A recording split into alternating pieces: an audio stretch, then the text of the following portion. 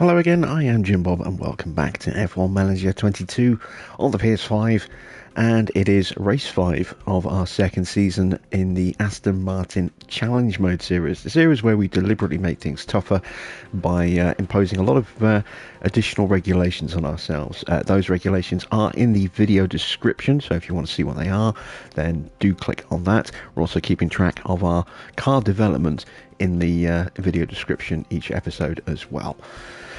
We're coming off the back of a good race. We had some real potential at one point early in the race at Imola for a really strong finish, but with fluctuating water levels in a wet race at Imola, we kept dropping back down the field as our drivers' adaptability let them down, only for them to fight back and then drop down and fight back and drop down. And eventually we ended up with a very strong result, just missing out on a podium.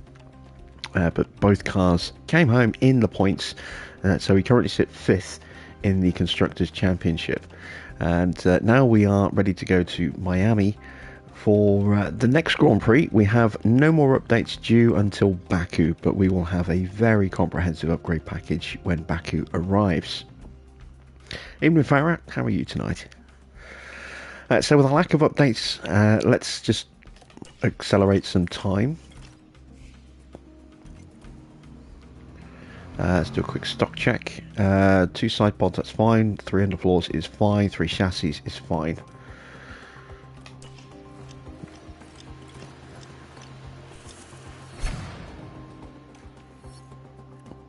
And there we go. We have our spare suspensions. So let's see. Our boardroom is now in poor condition. Let's give that a refurb. Keep the board nice and happy. Let's check in on our staff facilities as well.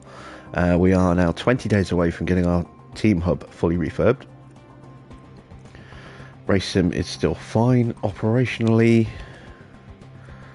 Everything else is okay. We've got a couple that are a bit low. Let's start an upgrade on the memorabilia room. And it was nice to see that our fully functional weather sensor was actually pretty accurate for once. Right, let's set our performance targets for Miami. First of all, let's take a quick overview of the circuit. There's a breakdown of sections. So as you can see, Sector 1 is all high speed. Sector 2, that really long straight going into the slow Mickey Mouse section. And then Sector 3 is another long straight with some more Mickey Mouse cornering. Let's see how our car stacks up. Has anyone brought some upgrades? We have dipped a little bit again in speed by the look of it, I think. Our cornering isn't quite as strong as it was, but it's still pretty good. So it does look as though a couple of teams might have brought an upgrade or two to the car. We are in a fight with Alpine. Let's take a quick check on their progress. They are definitely faster than us when it comes to top speed and acceleration. We do have the edge on them in cornering, and it's pretty close in the DRS, but they do have a slight edge. They do have worse braking than us, so there is more potential, maybe, for their drivers to lock up under pressure. We did see that actually in Imola. George Russell, under immense pressure, just locking up going into the final couple of corners on a lap, and went straight into the gravel, and that dropped him way down the order. So who knows, maybe we might see some more of that if we can put the Alpines under pressure. With all that in mind, let's set some realistic targets. Quali position, the incentive is 1 in the top 14. We're going to go both cars into Q2, and I do think we can get at least one of them into Q3. We did manage to get both in Q3 last time, but I'm not so sure here. Fastest lap is the guarantee. I don't think we'll have enough pace to go for that, so we're not going to go for that one. We've got a new finish position streak, 2 in the top 15 for 4 races. That should be easy enough to do, and we just need one more quali streak completed to get that one done. 2 in the top 14, again, should be easy. So let's head to the race weekend.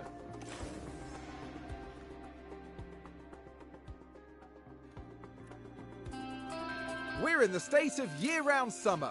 It's the Miami Grand Prix, and we're here in Florida at the Miami International Autodrome.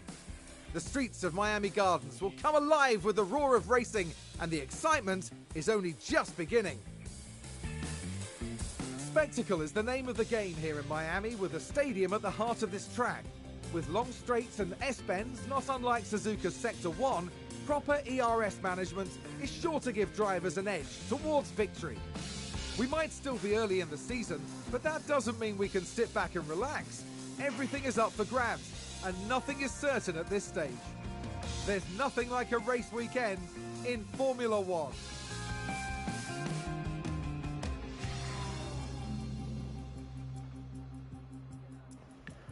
So we have a dry weekend after a wet weekend last time out. A bit cloudy today and race day. Very sunny for quali. Let's take a look at the state of our cars. The gearboxes will tick down in acceleration when they hit 40%, engines at 50%.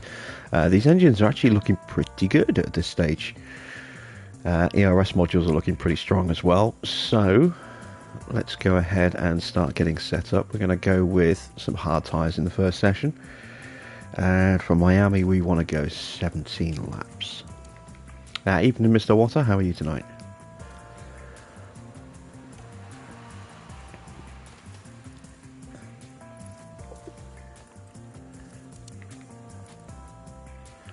Okay, there we go. So let's take a look at our sliders.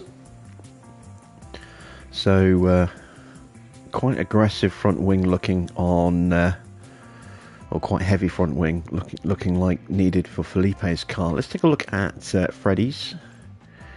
It's a little more balanced. So let's see. Let's go with an 8.5. A 14,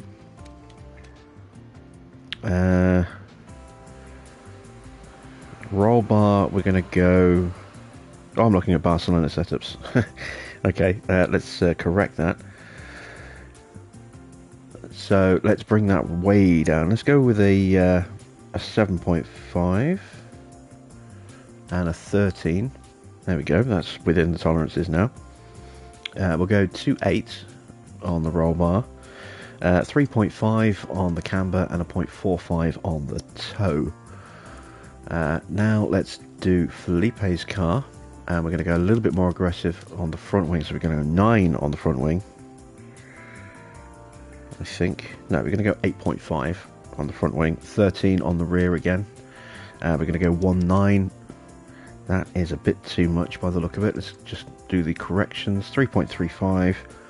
0.55, that is too much. So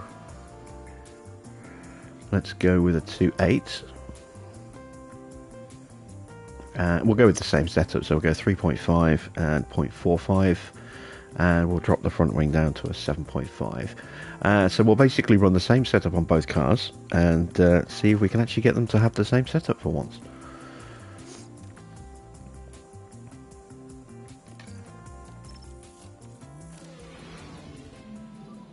Radio check. Radio check. Green light, green light.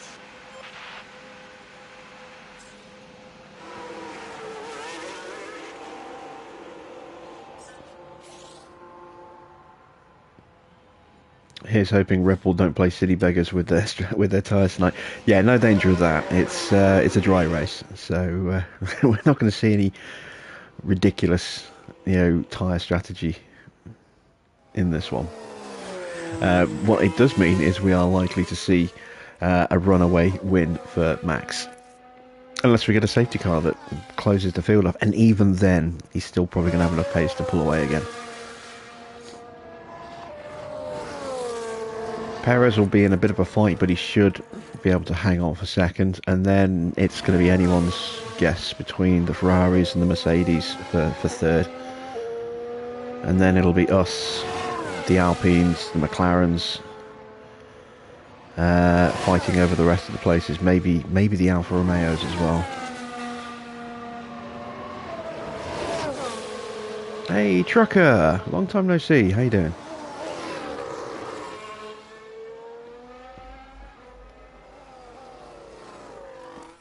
We were asking about you a little while ago because we hadn't seen you for ages.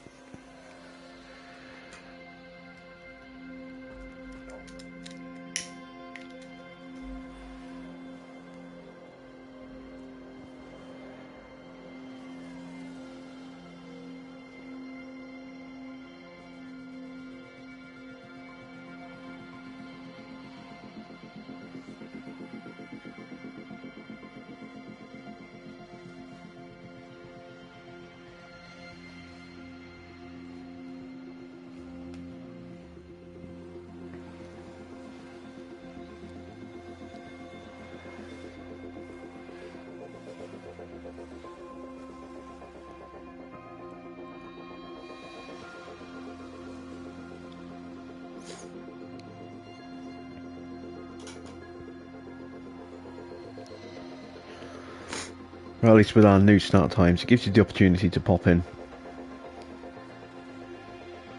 You're halfway through Season 3 of the Williams playthrough. Well, that is about where that playthrough is up to, about halfway through. So, yeah, you're pretty much there. The last race we did with Williams was Austria. We go to Paul Ricard on Friday.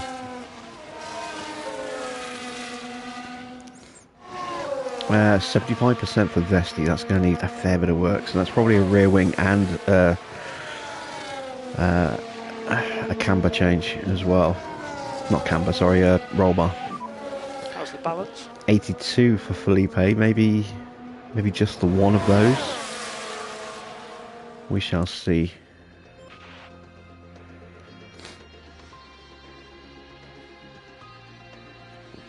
So yeah, if you've watched up to Austria, you've caught up with Williams.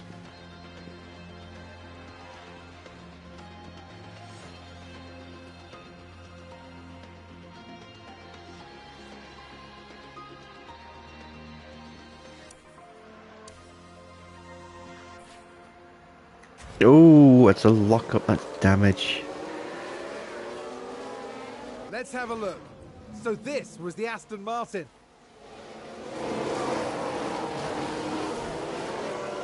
Thank goodness nobody else was involved. That was a big crash. The team are really disappointed with that. Well, Let's at least hope he's kept doesn't it going. set them back too badly.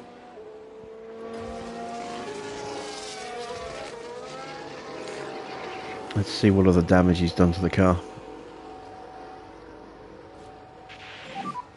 Relay. Copy. So make sure you get your pit limiter as you come in. Does that clean air move work? It can do. It doesn't. It's not a guarantee, but it does encourage the driver sometimes to actually pull out and be a bit more aggressive. Like I said, it's not a guarantee, especially with slipstreaming being so powerful now compared to how it used to be. When you immediately pull out into the dirty air, out of the dirty air into clean air, you lose the slipstream. So, you know, while you get yourself in a position to make the overtake, you immediately lose a little bit of speed. So yeah, you've got to judge it right, and even then, doing that still is not a guarantee that you're going to get enough clean air to actually try and make the overtake. You might only move out halfway.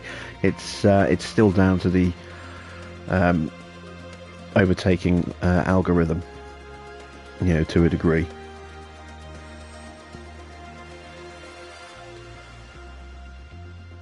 Is that going to be enough? 7.5, 13.5. Let's try going to a 3.7. A 3.45, and we'll correct that a little bit. Let's try that. Right, we need to change the front wing.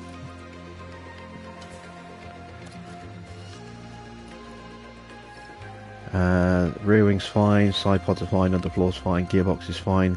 Can't check about the chassis or the suspension, but we'll do that when we get back out on track.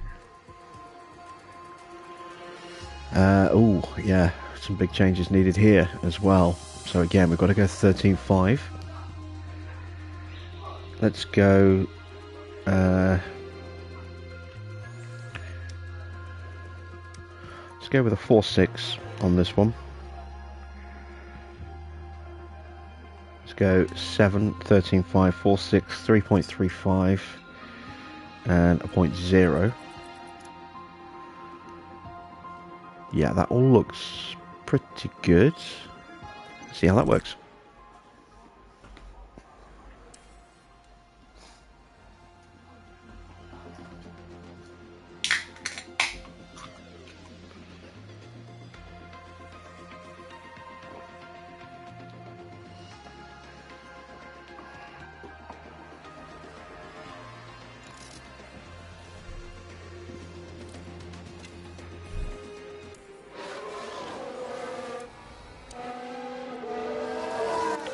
So, we do have minor chassis damage as well. That will slow down his acceleration, so theoretically Freddie might be a little bit faster. We'll get Felipe to pull over.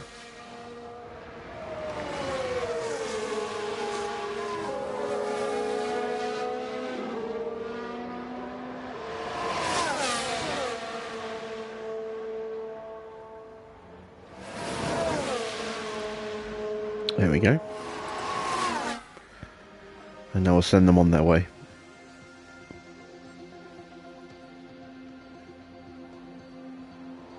What do I think of the real F1 races so far this season? Well, we've only had 2, so it's way too early to say how the season's going to go, but it is looking like Red Bull are just going to walk it at the moment, unfortunately.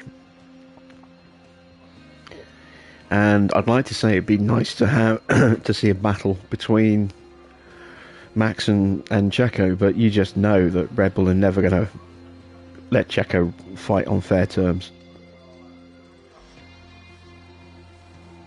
Max is their golden boy, and they will just make sure that he gets the results, just as the same as they did when they had Vettel and Webber.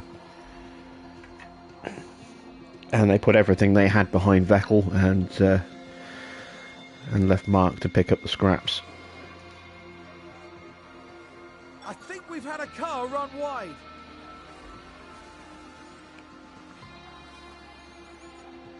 But yeah, it is great for Alonso to finally be back in a car that can challenge for podiums and potentially maybe for a win at some point in the season. There we go, we've got Freddie's car nailed now, 100%. Have we done the same with Felipe's?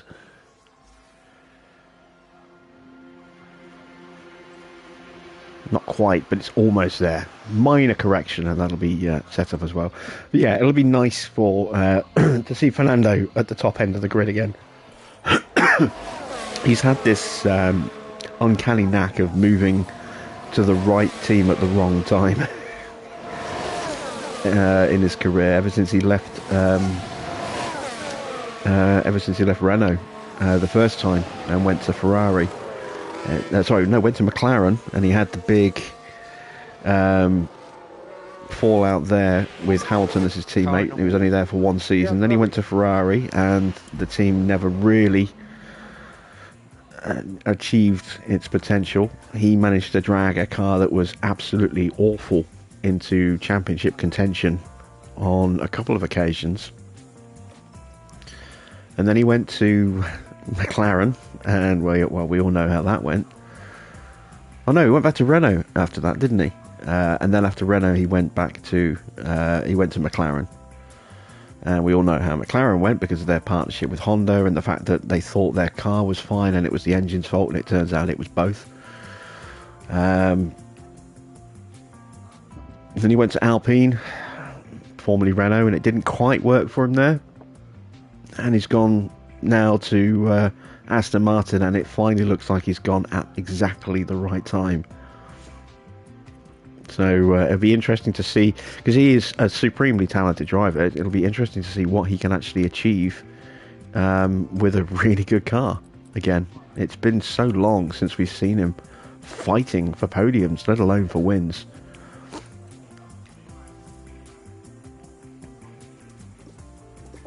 Okay, so 17 laps is normal. We want to go 24 laps. That should be more than enough for this session. We're going to run medium tyres.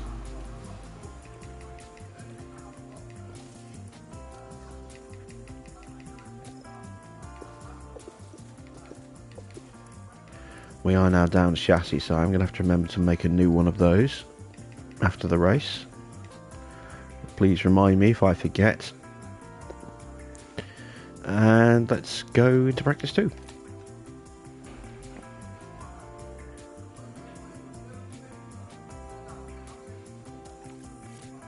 What are you doing, Felipe?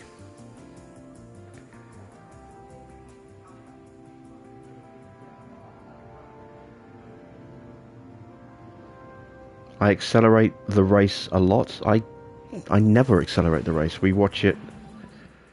We watch it in real time every time.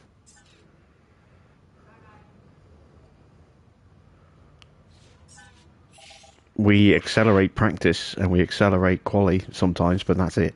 Race is always 100% live.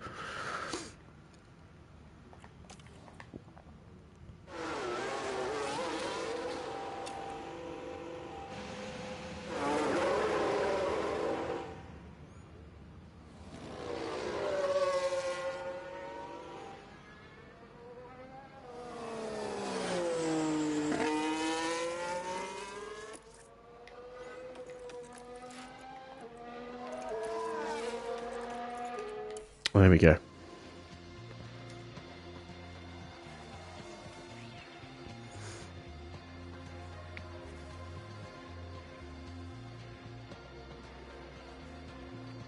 Do I have a PC? I've got a beaten up laptop, but that's it. And no, that never gets used.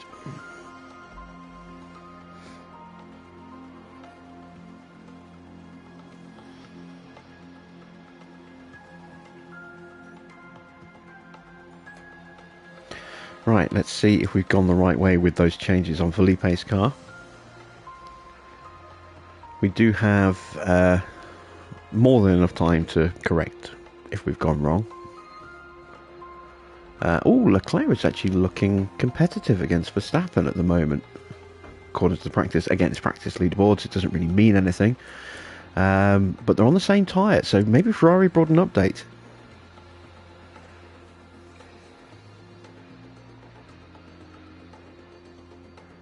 That sounds like someone's gone wide there.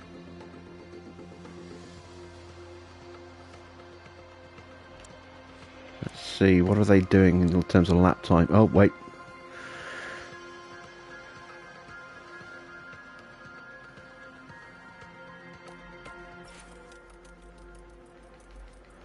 Yeah, you can't really read too much. I say so. Leclerc's held up behind his teammate at the moment. Verstappen is hitting traffic. So yeah, again, you can't really read too much into practice times. But if that is accurate, that's going to make the race a lot more exciting. You know, Ferrari being so close. Where's Perez? He's down in 8th at the moment.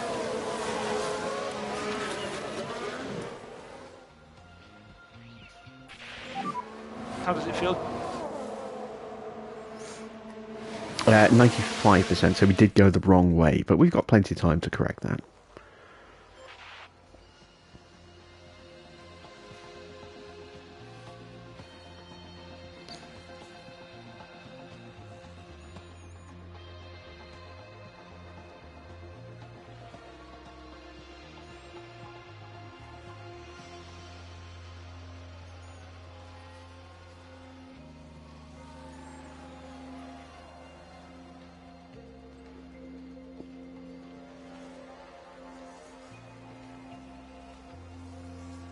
Someone's run wide. Okay, our drivers are about ready. There we go, coming in.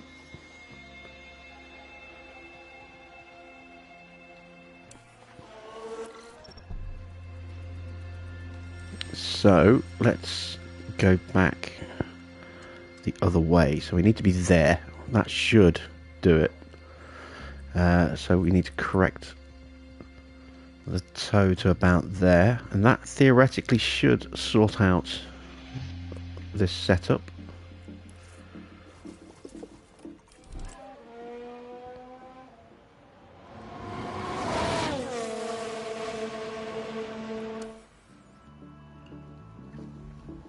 We're done for this session. We just need to run the clock down and then do practice 3, and then we're ready to qualify.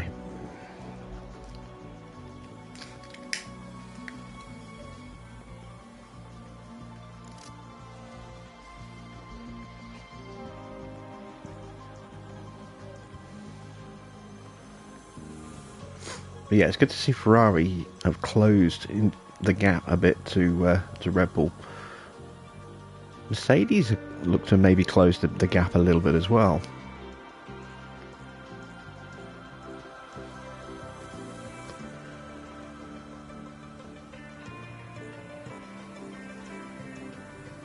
Another thing that can distort practice times is you get so much traffic on at one point, you know, all sort of running in trains. Slipstreaming can throw off what the actual real lap pace is.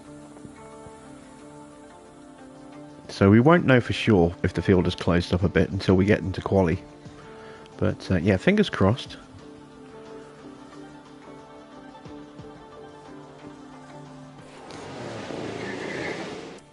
Oh, did someone run wide there?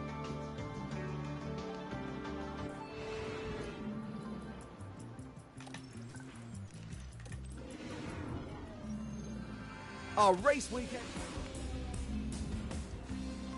Okay. Soft tyres for this session, and we're going to go with 20 laps of fuel. That should be enough. We've made the changes we need to make. Now we just need to see if they're correct.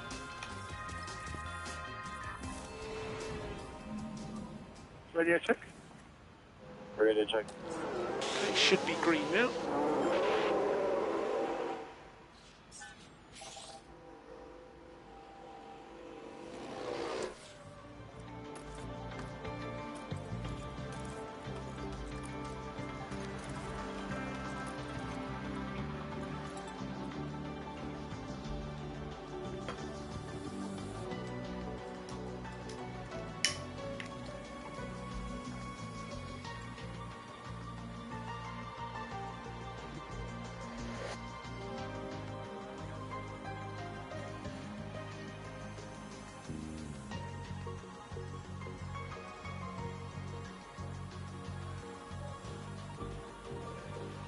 I've just started playing Ghost Recon Wildlands again for the first time in several years.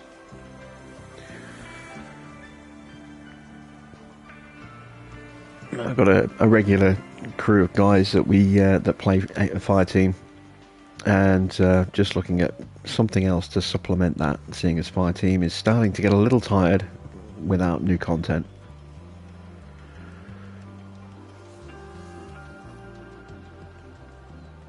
And I am still planning on doing a new City Skylines playthrough, but I just don't have any space on my hard drive for recording footage at the moment. However, today I did order a brand new M.2 drive for my PS5, taking advantage of the dying hours of the Easter sale on Amazon, and got £100 off a 2TB drive. Balance. So that should be with me next week, and then I can finally start recording some footage.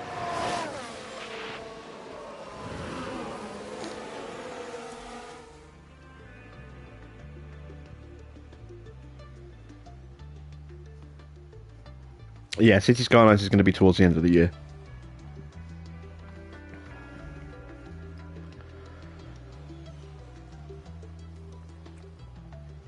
Really, City Skylines 2 is probably going to be towards the end of the year. The remaster version is still getting its additional content updated. So the stuff that just got released last week will be available sort of late summer, and then I don't know whether all of the late summer stuff will be available in late summer as well, or whether there'll be a delay on that. Plus all the stuff that has yet to be remastered content-wise, because there is still some of the DLCs that are available or have been available for a while that haven't been remastered yet. They will also be available for remastered players in summer, which includes a couple of packs that I've got. So the map pack 2 that hasn't been done yet. I think Sunset Harbour's still waiting to be done. Parks and Plazas is still waiting to be remastered. I haven't got that one yet, but I might pick that one up.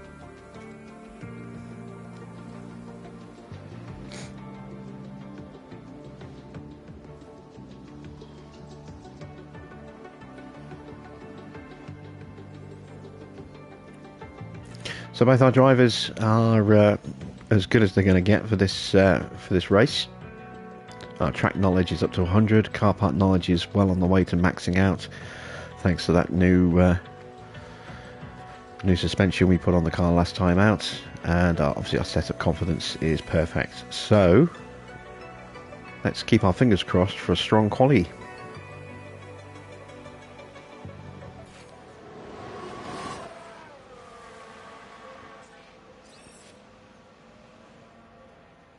Oh wow, Trucker, thank you. That is very generous of you.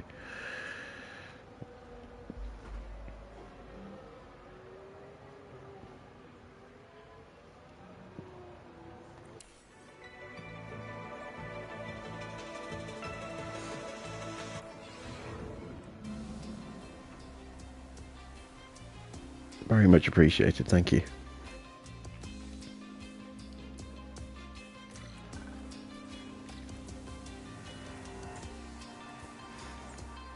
Right, we're not going to swap any parts out. We're going to run as we are.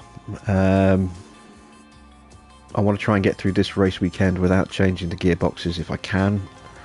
And then we'll put new gearboxes in for Barca. We might keep the same engines. I might swap the engines out for Barcelona and then go back to these engines for Monaco. Not sure yet. But let's see how we do in quali. Radio check. Has there been any news about the new F1 manager yet? No, we were actually talking about that last night. Still no word yet as to whether they're even working on one yet. They've made no announcements at all. You know, the only announcement, or the only clue they dropped was when they said they were stopping development on this game to start work on the next one. And that was back in December. And there was big uproar. Well, no, wait, it wasn't even that. It was November when they made that post. And then there was a huge backlash from the community, and they then continued to work on patching this one. But we haven't heard anything else since then.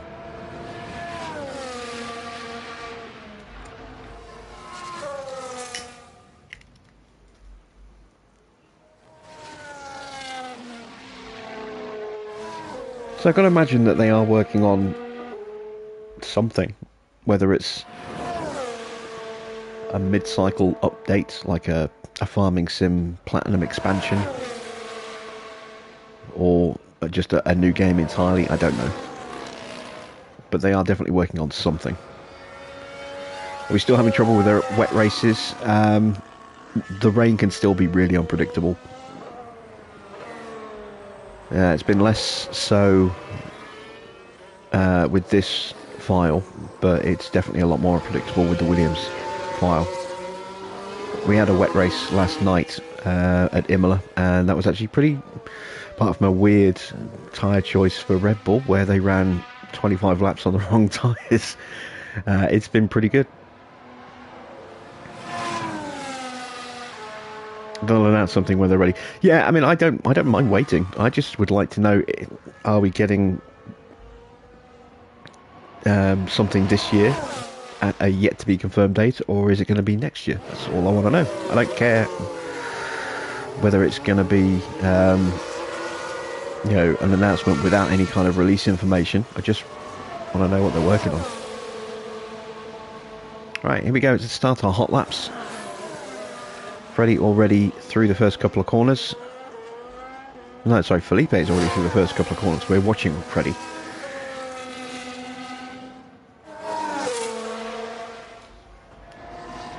Oh, we've got an AlphaTauri in the way. Get out of the way. That's ruining our lap. So Freddie's definitely going to have to run again. So I think what I'm going to do is I'm just going to call him in. He will have lost so much time in that first sector that there's no point carrying on.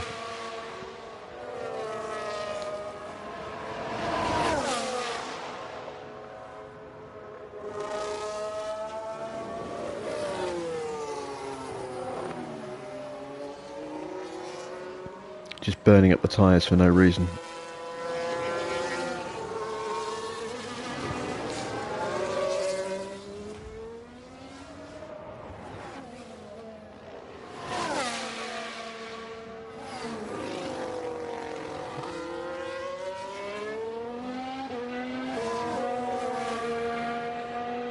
So what can Felipe do? It's a 130.3.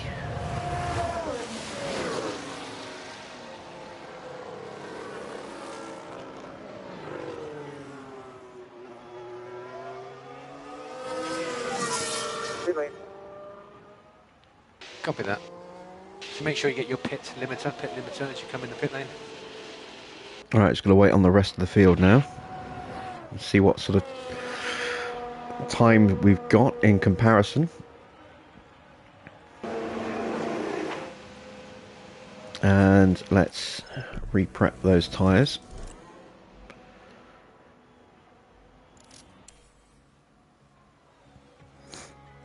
So we're half a second off Perez.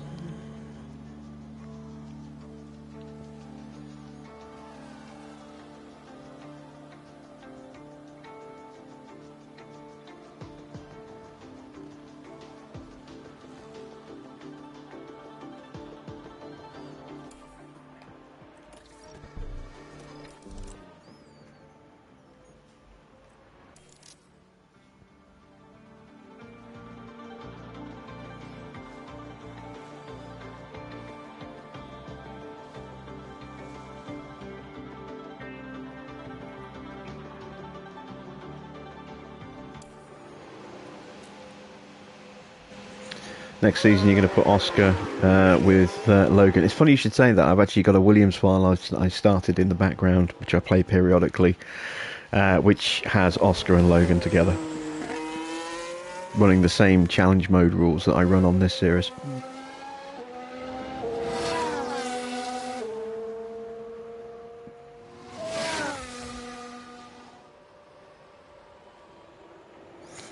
So Freddie's going to get a nice clear run. Felipe's going to be at the back of the field. Can he sneak out here between the Red... No. And AlphaTauri does what we were planning on doing.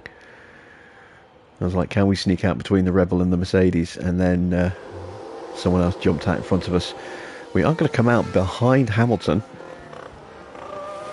So maybe we can get a cheeky toe.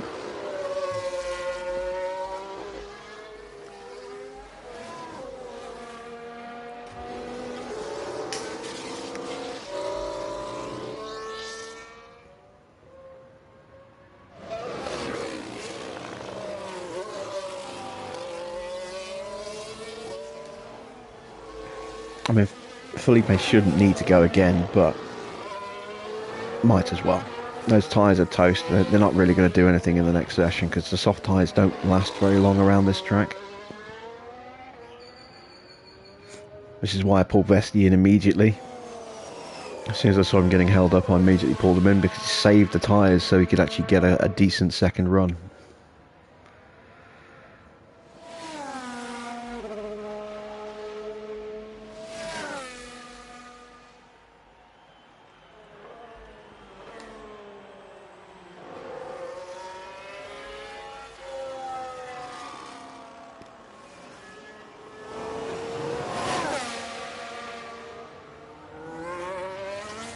Alright, here we go with Freddie.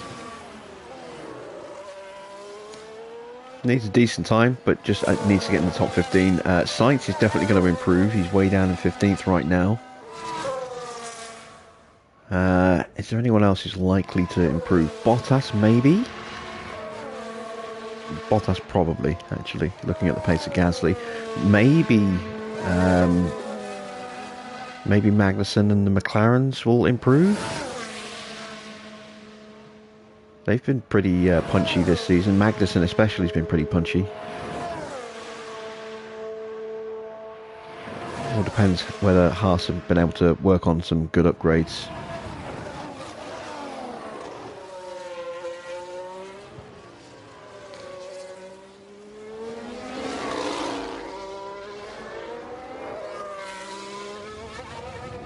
You left your friend's stream to come watch mine. Well, I appreciate that. It's nice to see you again. It's been a while.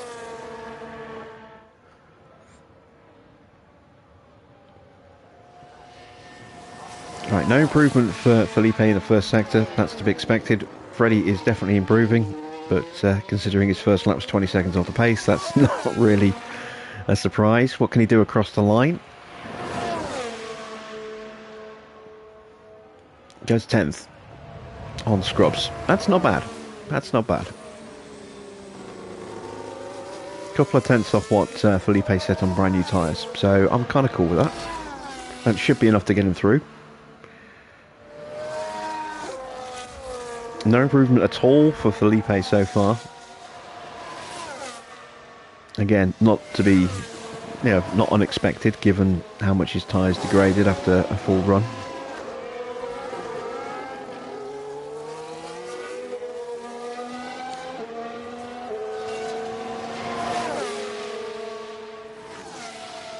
And no improvement.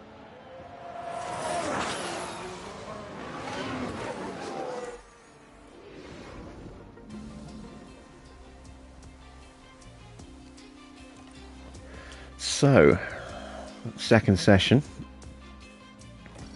We're just going to do one run at the end of the session. Radio check, radio check. Radio check. Okay, it's green now.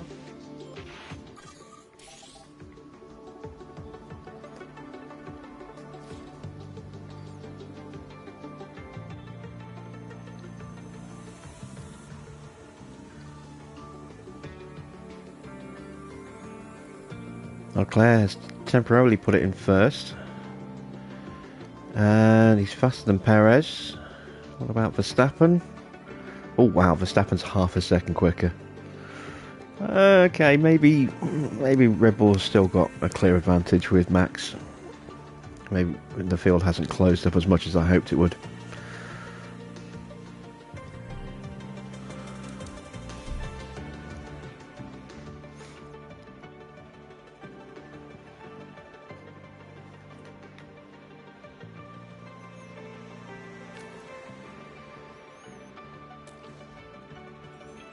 Okay, so our boys are going out.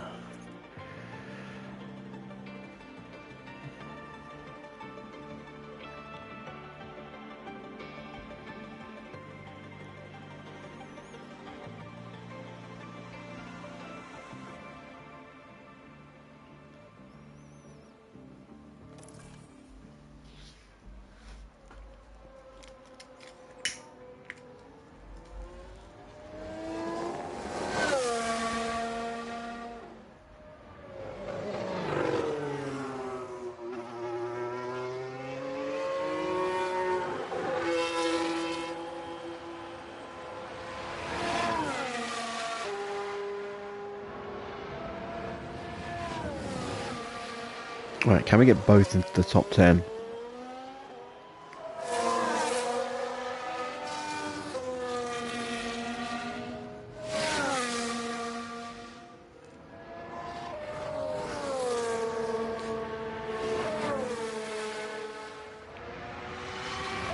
Yeah, I deliberately leave my my live streams up so that people can come back and watch them whenever they want to. I treat them as though they are, recorded footage, but obviously with live interaction, and then just leave them up in playlists on the channel. Also, because I can only record up to an hour on my PS5, and obviously the races themselves last longer than that. The streams last between 2.5 and 3 hours, so on average.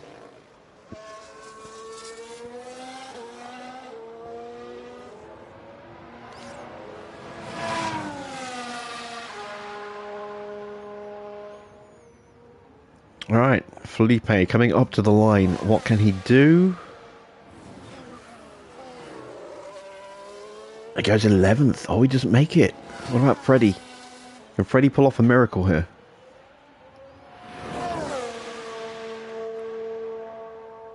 No. So we have dipped a little bit. But it's close though. I mean, we only missed out by 0.02 of a second.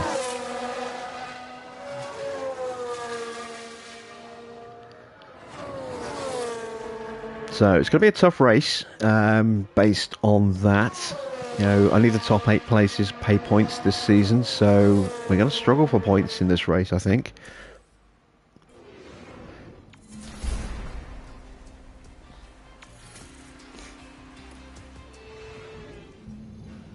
Race day has arrived and the time has come for these drivers to fight it out wheel to wheel. There was some good work from Aston Martin during the qualifying session, and they will go to the grid full of confidence. We didn't see any unexpected prowess from Alpine during qualifying, but they did well for themselves. Everything's still open to them for the race. And the sky is looking grey and cloudy today. An effective tyre strategy could prove very valuable as the race plays out. 57 laps await our competitors here in Miami, so may the best driver win.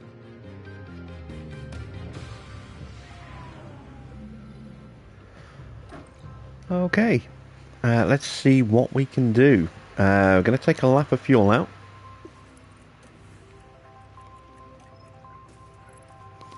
That will make us a little lighter and a little faster off the line.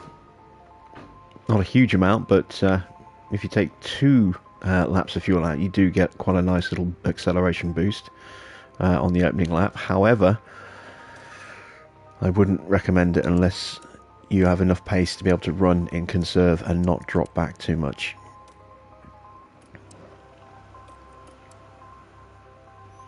We want to try and maximize our time on the better tyres here without sacrificing too much in the way of tyre performance. Let's go with that.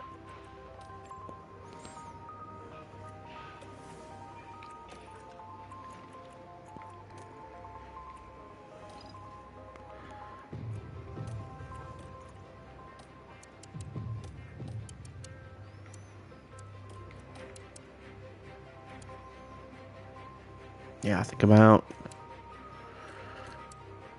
there should do it. We are still okay on the gearboxes. Engines will drop into the lower power threshold. Well, they're already in the lower power threshold, but they'll drop into the yellow warning category at 50%, so they're fine for this race.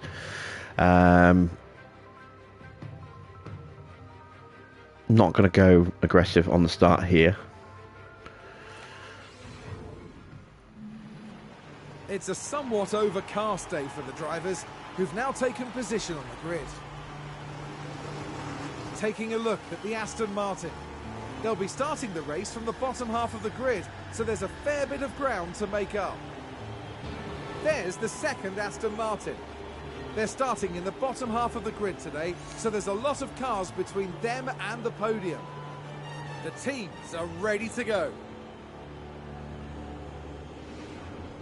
One of the newest races in F1, and hopefully one of the most exciting too. It's the Miami Grand Prix. And it's lights out, and away we go. So the reason I'm not going aggressive this time out is because I need the DRS. Well, I need the battery, the ERS, later when the DRS is activated to help get the overtaking done. Coming out of the underpass section at the end of sector 2. just before the second DRS straight,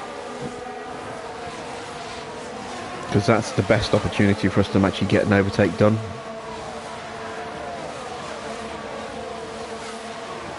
And so we need to be able to punch our way through the air.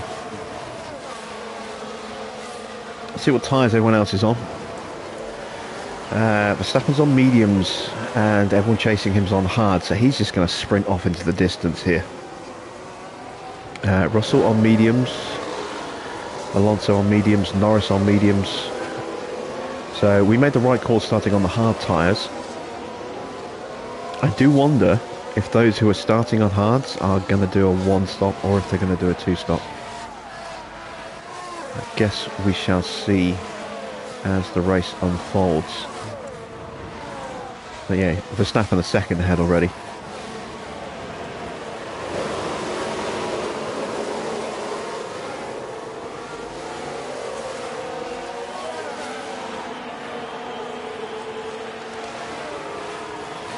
It's the first time watching me play with Aston Martin. Well, this is challenge mode, so this is a very different type of series. We limit what we can do car development wise and also in terms of upgrading some facilities, just to make the game harder because it's too easy. It is much too easy, as is evident by the fact that we won both drivers and world champ and constructors championships with Williams in our second season.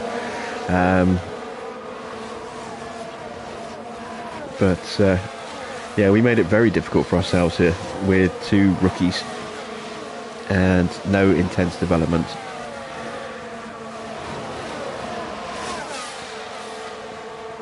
Only normal or rushed, and limiting how many parts we can put hours into each season as well.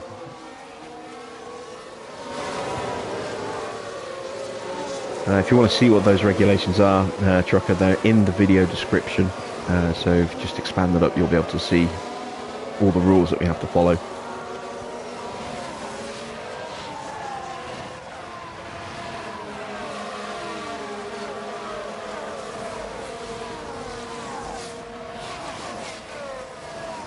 And we're going to be in a bit of a procession for the first 10 laps or so. It's not going to be a huge amount of pushing, not going to be a lot of overtaking.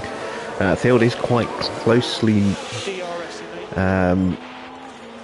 it's quite close in some respects, apart from Max, just is about half a second clear of the rest of the field in terms of pace at the moment.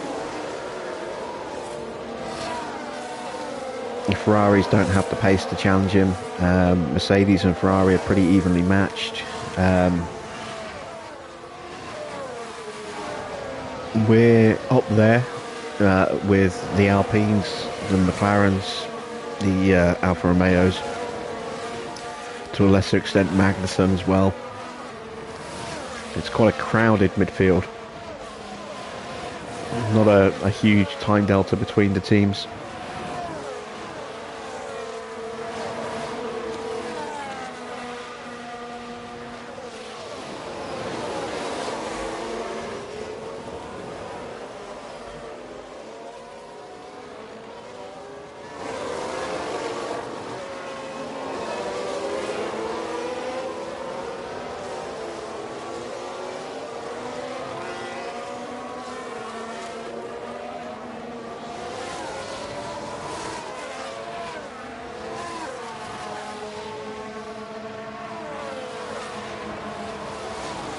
You find with Oscar, if you push him in the race, he spins a lot. I mean, pushing a rookie driver is always going to encourage them to spin because they're going to have less car control than more established drivers. But you've got to pay attention to your brakes as well. If you've got really good brake cooling, then you can afford to be a bit more aggressive with strategy, because the brakes aren't going to overheat, so there's less chance of lockups, etc.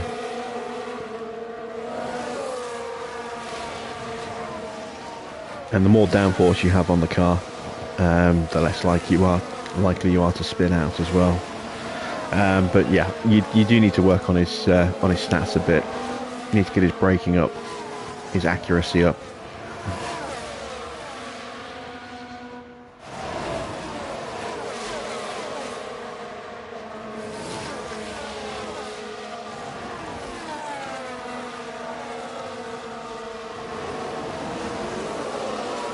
Right, looks as though Felipe is about ready to have a look at the back of Norris, so let's give him a go.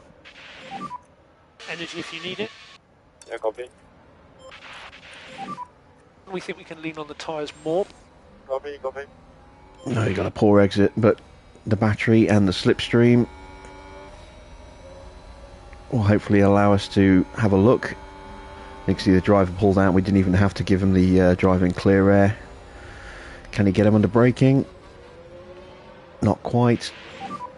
Doing a good job, keep pushing. Can we get him here?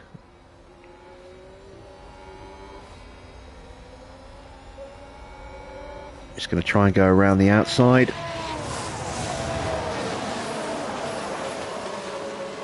Just couldn't quite make it work. Yeah, take it easy. Yeah, copy. Smoothness isn't a massive issue. I mean, obviously it's nice, but once you've got him up to about, 60, you don't have to work on him beyond that. I mean, it helps with being a bit more flexible with your tyre strategy, but it's not massive. Much more important is to work on cornering, braking, and reactions and accuracy. Those are the 4 stats that really play a key role in determining how fast the driver's going to be. You just have to be wary if they have got a low smoothness rating of not pushing the tyres too hard.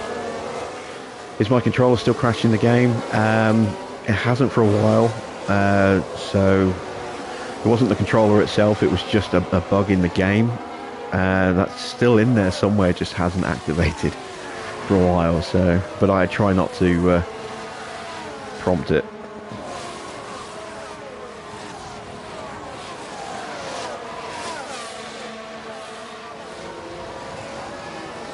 Alright, field is bunching up a lot into this corner.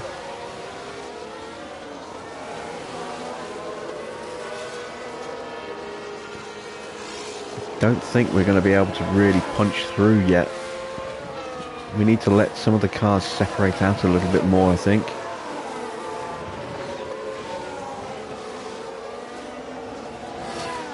Bottas has dropped off the back of Alonso. Let's just pay a quick attention to that. And then we've got Gasly right behind him, and then Ocon now is starting to drop off the back. So we're starting to see small gaps opening up.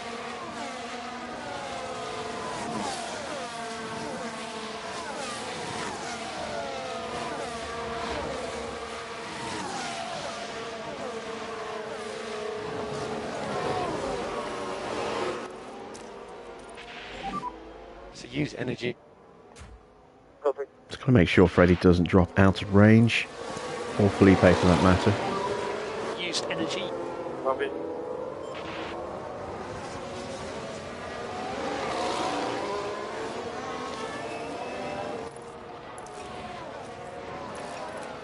There we go. That should get them nicely in range.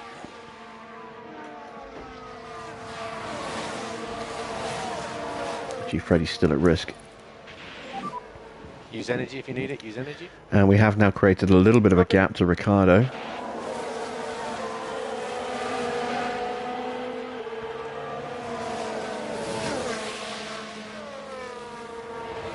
And set a fastest lap in the process.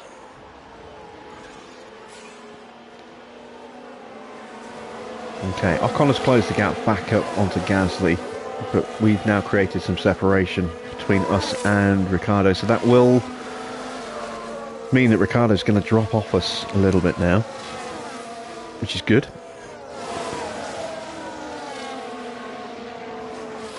One race is missing from the playlist in the Williams.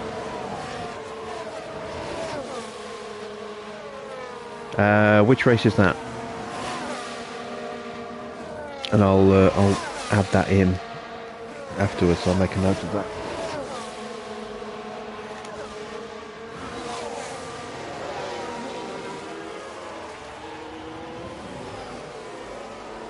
Where's my pen?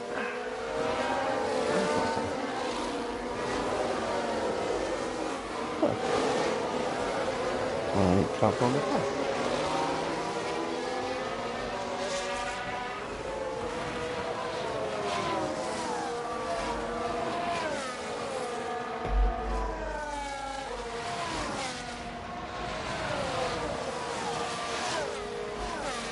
I have found my pen. Yeah, which race is the one that's missing? Trucker, and I'll add it into the playlist.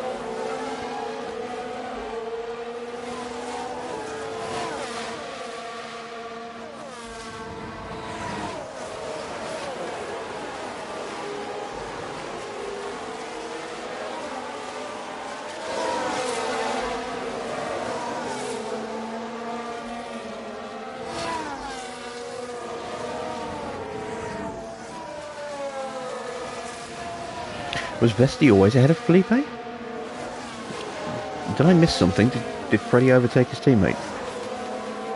Yeah, he was behind, wasn't he? Look away, looking for a pen. Imola. Okay. Is that season 2 or season 3?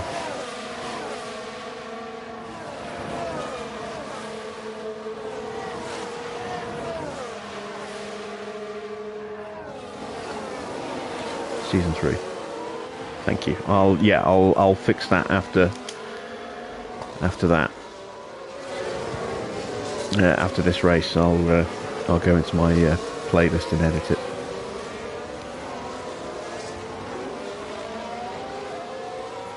Okay, well, let's start recharging Felipe. And let's put a bit more charge into Freddie. We are going to start trying to We just need to charge up. push forward a bit again in a couple of laps. Evening, Packins.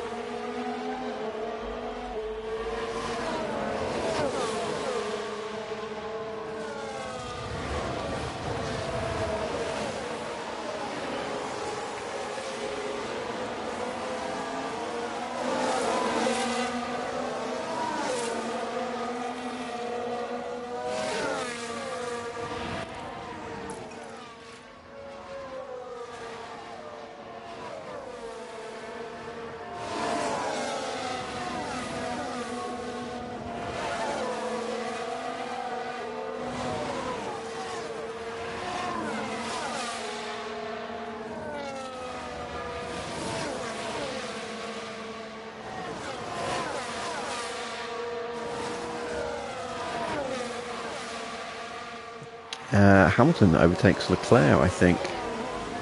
Or was that Leclerc overtaking Russell? It's really crowded here, look at this.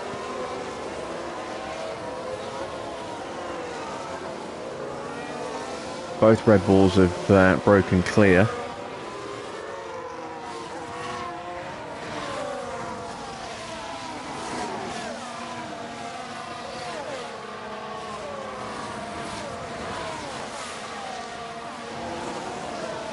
Oh, Hamilton trying to go around the outside.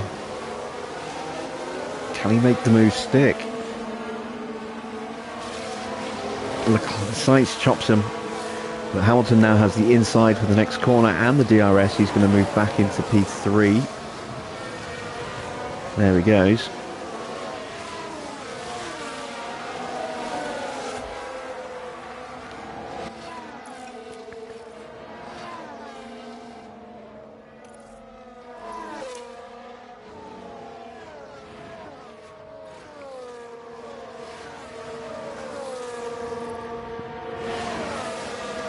Farah's back just in time to see Hamilton move into P3 onto the podium.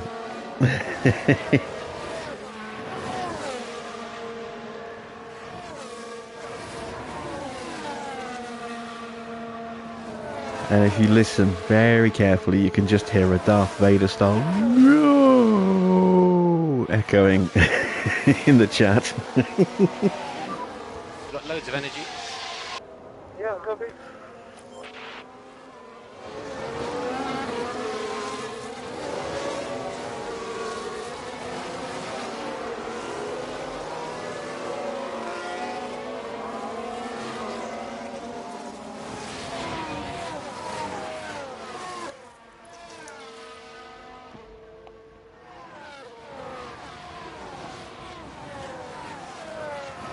A long way to go. Well, who knows? I mean, we saw what happened at Imola last night. Same thing could happen here. I mean, it's not going to be for the win, but...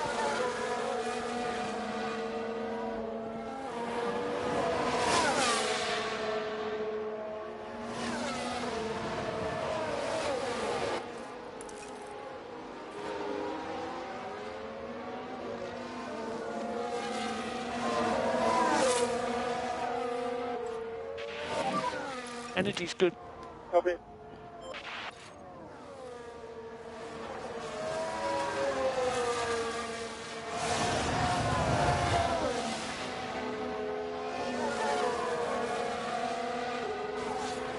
Alright, we've definitely got more pace than the cars in front, because as soon as we stop charging up, we immediately close that gap right back up again. So that's encouraging. We're just got to try and find an opportunity to strike, and Norris is now potentially a little vulnerable. He is borderline about to drop off the back of Ocon. Well, he was. He's closed right up under braking.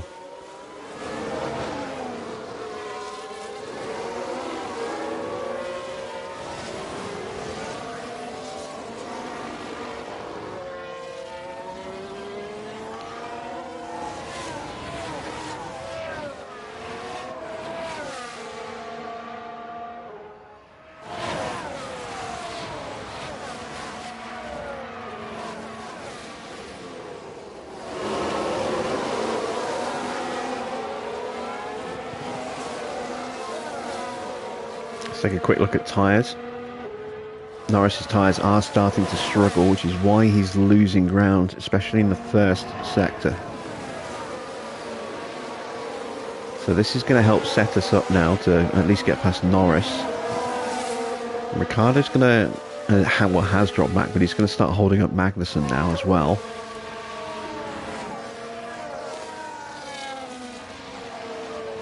Who else in front of us is on mediums? Russell and Alonso. They are comfortably hanging on to the Ferraris at the moment. But yeah, Norris is going to start getting getting vulnerable here. Let's see if we can try and get him coming out of the underpass. Use energy if you need. Okay, copy.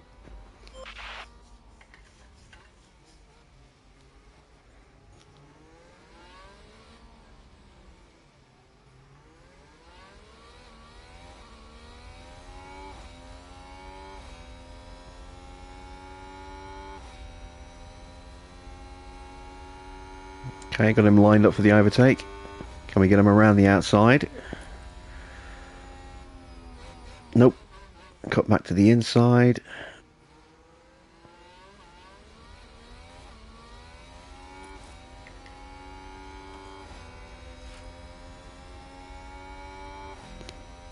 Try and go around the outside here into turn one. Nope.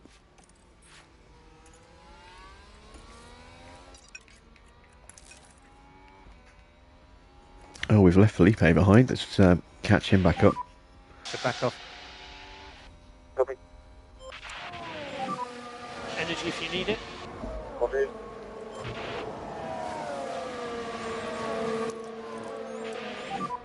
You can use energy. Let's have another go here. Copy.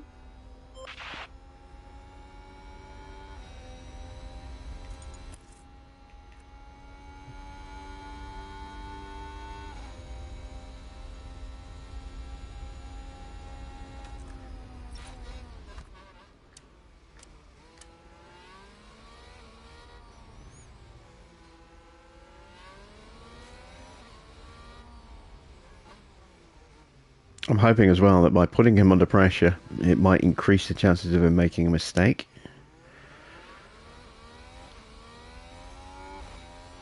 We've got a nice clean run through the corner there.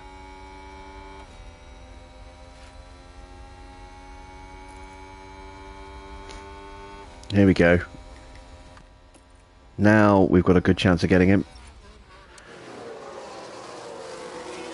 Not quite.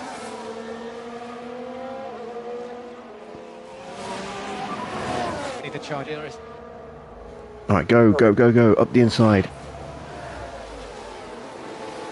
Ah, so close. And we're out of battery.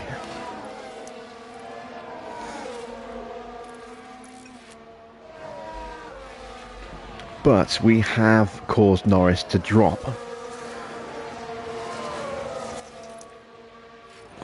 Off the back of Ocon, albeit only just. So there's a chance he won't get DRS here.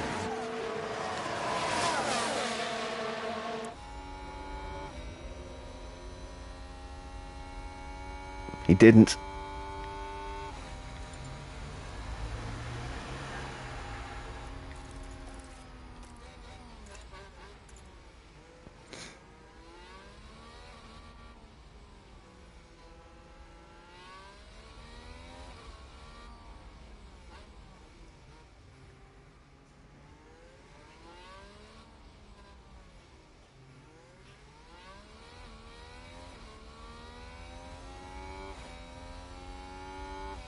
You see the difference not having, battery available on the acceleration out of that corner makes. Look how far behind we're having to come from.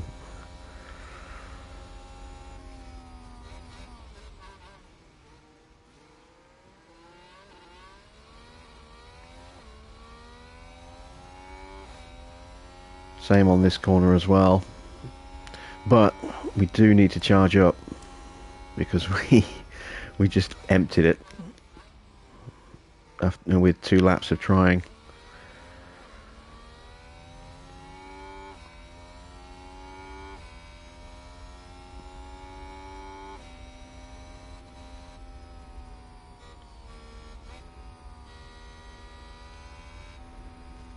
So a quick rundown of the leads. Verstappen leads Perez by almost 10 seconds.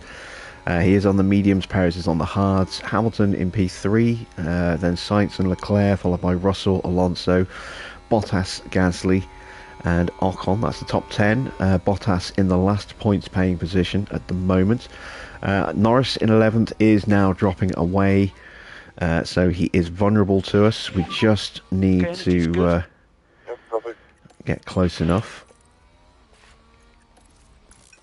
to make that pass. Hopefully we'll do it here.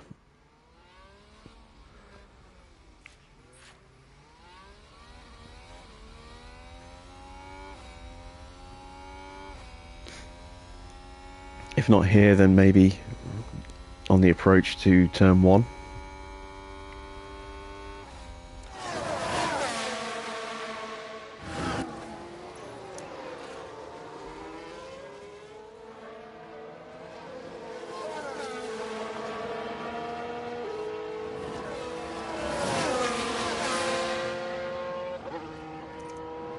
Yeah, again, we're just kind of stuck at the moment, so let's go back into harvest mode. Felipe is now fully charged, just about, I think. Needs a little bit more of a hold, I think, just for half a lap.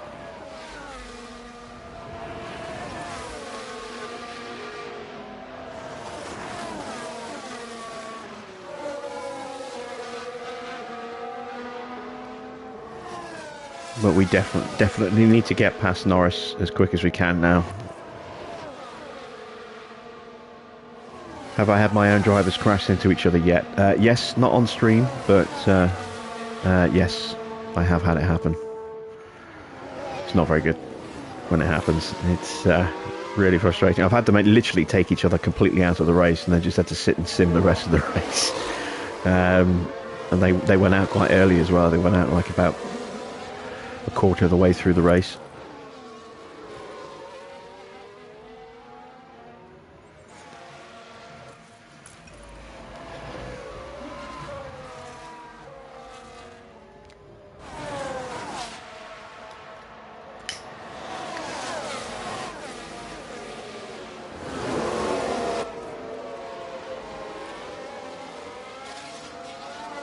Oh, and there we go.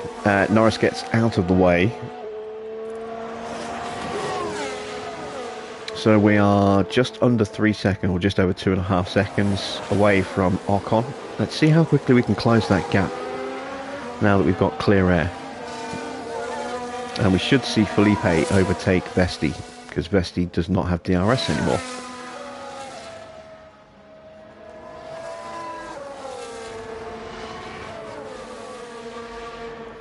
Gee, how far away are we from our pit stops? Another 6 laps.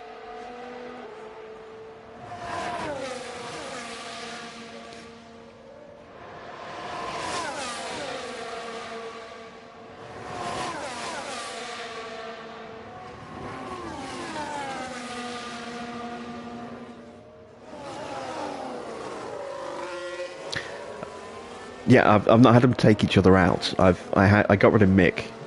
Sorry, I got rid of Magnussen because he hit Alonso twice at Canada, and so I fired him at the end of the race and replaced him with Sargent.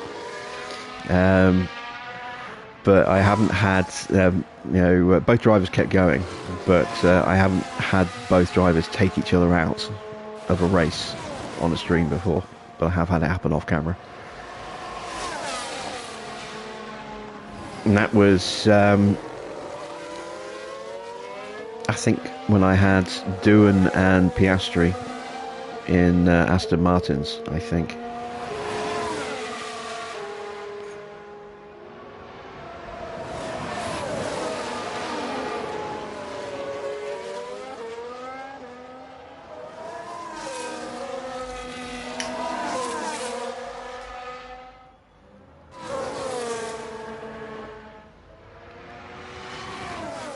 Alright, we're not really closing in on the field because we don't quite have the pace, but Ocon's been separated, so if he starts to drop away, that's someone we could potentially leapfrog in the pits. Given that we're now almost in our pit window as well, I'm going to go a little bit more aggressive on the tyres. Push a bit more.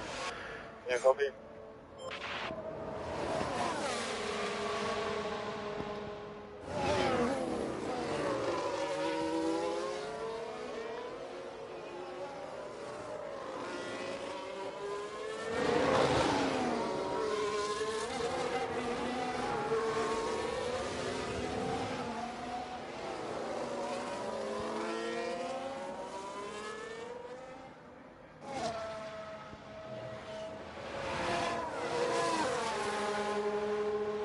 Yeah, Ocon is definitely dropping off now that he's lost the DRS.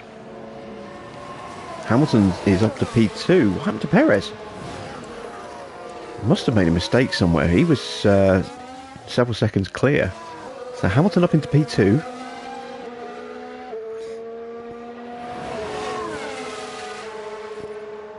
Farah feels a disturbance in the force.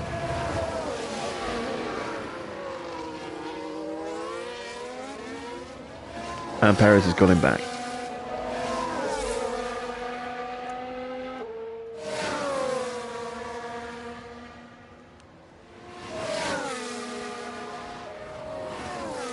Yeah, Teo has got a lot of potential. He's just got to build his stats in the right way. And try and accommodate his weaknesses in the way that you develop the car as well.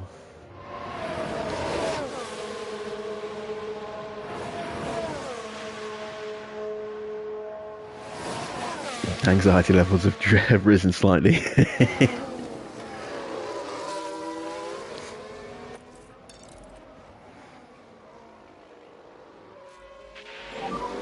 So we just need to push now. Copy. So we're in the window for Felipe. Vesti will be in the window at the end of the lap.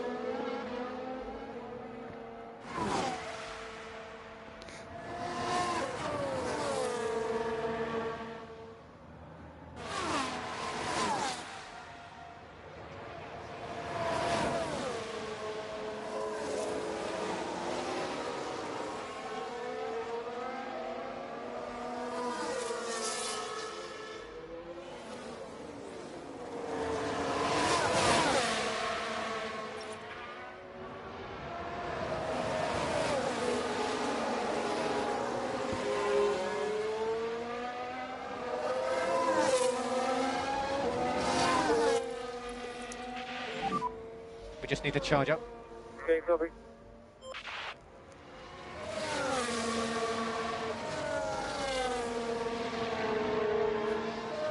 O'Connor's caught back up again.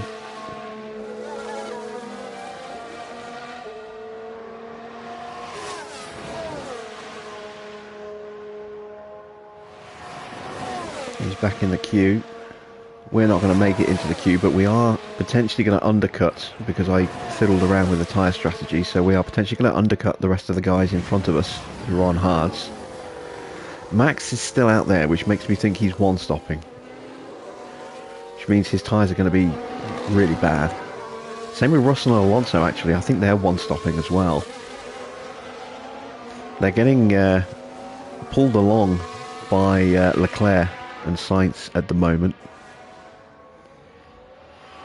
It's the only reason they're still where they are. If they were in clear air, they would be dropping back.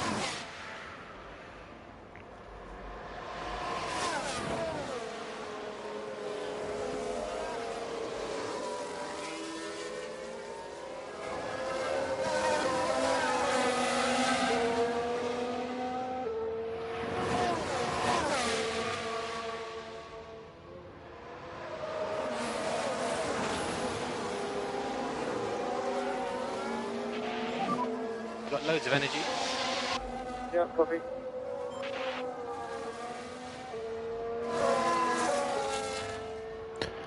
You hope your drivers will do better next year. Work on their braking. If you've got young rookie drivers, first thing you want to do is get their braking up to about 80, and then work on their next weakest pace stat. So if it's cornering, get their cornering up to about 80, then work on their reactions, get them up to about 80. And then, is it reactions or accuracy? I can't remember which one is in the pace. But work on their third pace stat and get that up to about 80. Then you can start looking at increasing braking up to about 85, something like that. But braking is by far and away the biggest stat in terms of pace gain for drivers. That's why Gasly is so unbelievably fast, because he has a high natural braking.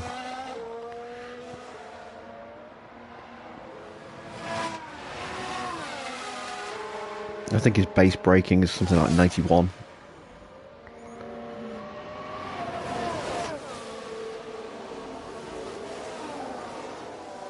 Alright, so Felipe is going to pit next lap.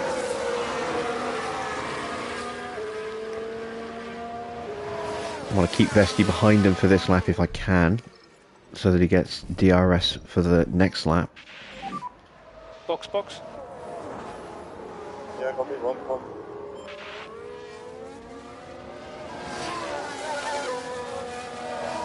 I'm also a little concerned that we're not saving enough fuel. So let's go ahead and do that now. All okay on fuel, so you can do what you want for speed. Yeah, copy. Save fuel. Yeah, smoothness helps, but it's not... It helps prolong the life of the tyres, but it's not going to increase the pace of the driver dramatically. I mean, it'll keep the tyres faster for longer, but braking will massively improve their pace, because they'll be able to brake later and better. They'll be less likely to lock up with a higher braking stat as well. Cornering obviously speaks to itself. It's how well they can keep to the racing line through the corners to maximise their speed through the cornering. Accuracy determines how well they'll stick to the racing line and how good they are accelerating in and out of no, it's just how good they stay to the racing line to minimise time loss, and also reduces their chance of running wide, I think. And then reactions is how quick they can accelerate off the line and out of corners.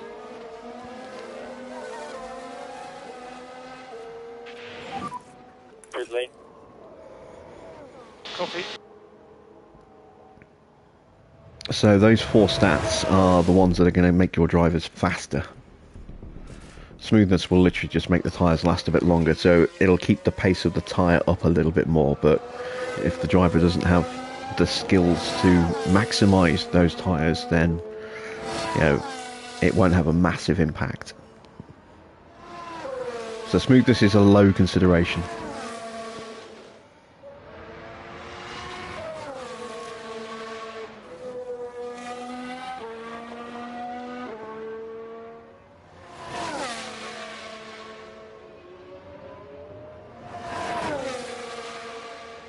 Alright, well, it's good to see you again, Trucker. Thanks for stopping in. Hope you enjoy the rest of the replay.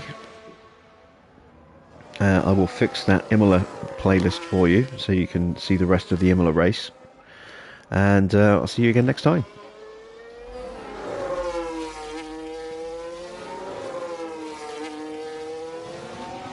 Evening, Anthony.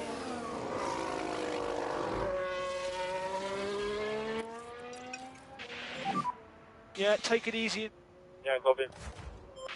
Alright, we're stuck behind Vettel. Let's try and get that move done No saving ASAP. required.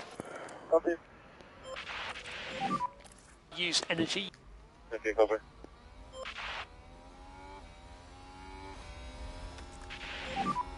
So I'm entering the pit now. Copy. Ah, damn it. Use pit limiter. There we go. See, he's not getting the overtake done. That's annoying when that happens.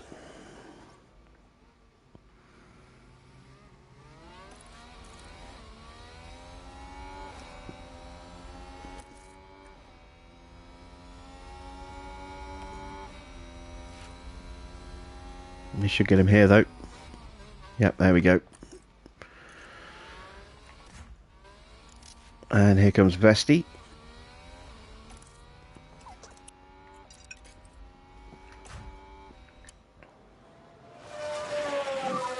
Good job. You can stop lift and coast. Copy.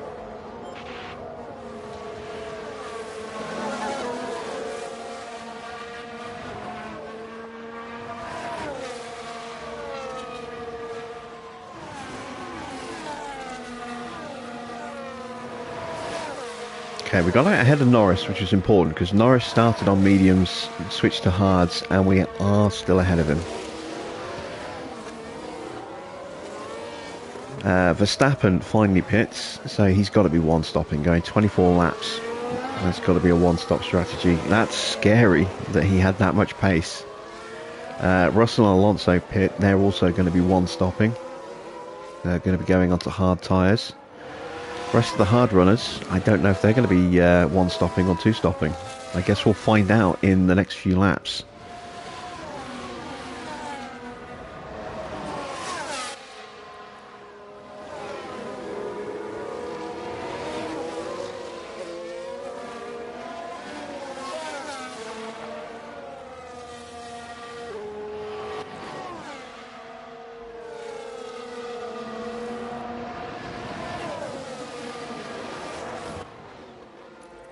Vettel blocks us.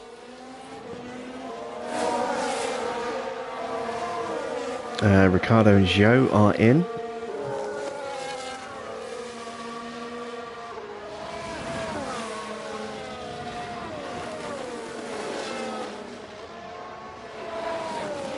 I think they were on hard tyres, weren't they?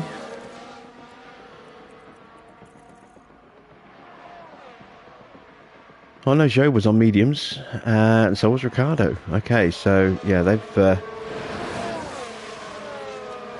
they're one-stopping as well. Let's go around the outside of Vettel here.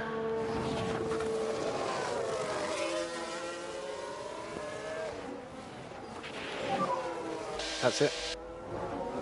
There we go.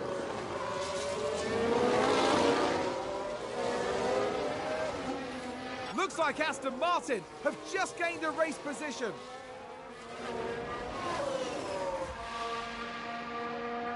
Sainz and Perez into the pits. So medium tyres for Sainz, so he's going to be two-stopping, I think, and probably Perez as well. I don't think they're going to do 31, 32 laps on a set of mediums. So it looks as though we are going to get some guys. They're going to be two-stopping, and oh, excellent! They got held up. They got held up by Russell and Magnussen, who are yet to pit. That is excellent.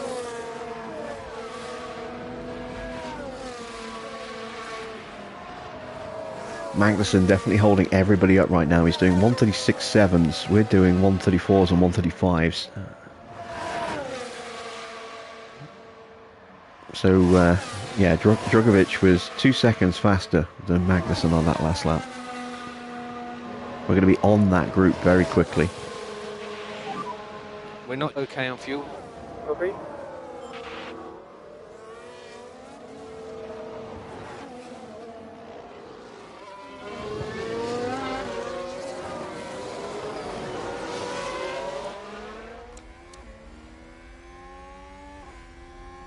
Can he hold back Russell?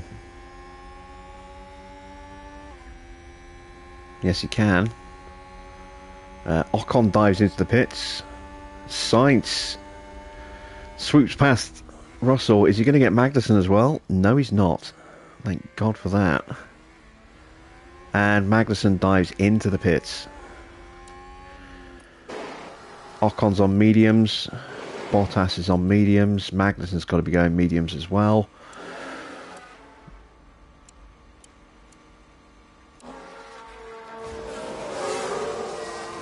Oh, we almost got ahead of Ocon. Oh, no, we did. We got ahead of Bottas and Ocon. Beautiful.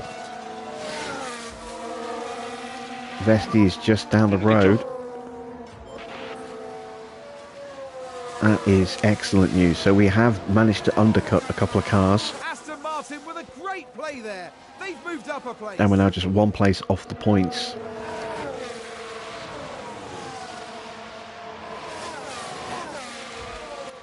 Going to sprint because I don't want to drag Bottas and Ocon along with me if I can help it. I'm also going to sprint Vesti to try and catch up to these two. So use energy if you need it. Yeah, copy. Pick up the pace a bit. Okay, copy. Happy to push. Copy. Can I break Bottas here?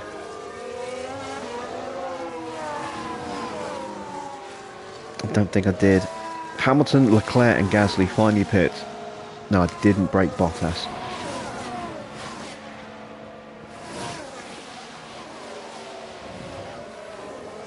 But I might be able to break him here.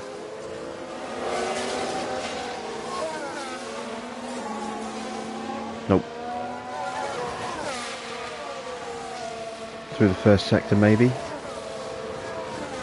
Can I undercut some more cars? I have come out just behind Hamilton, but ahead of Leclerc.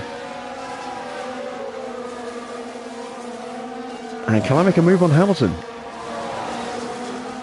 Not quite. But I have now done what I needed to do, which was break away from Bottas. Copy.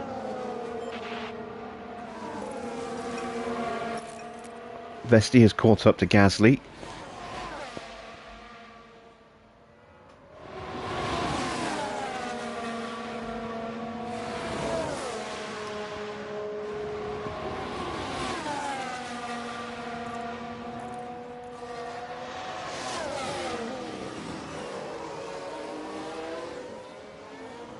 And we're now in the points, although Leclerc and Hamilton are one stopping, so yeah, that's not a guarantee of points yet. We still have another stop to make.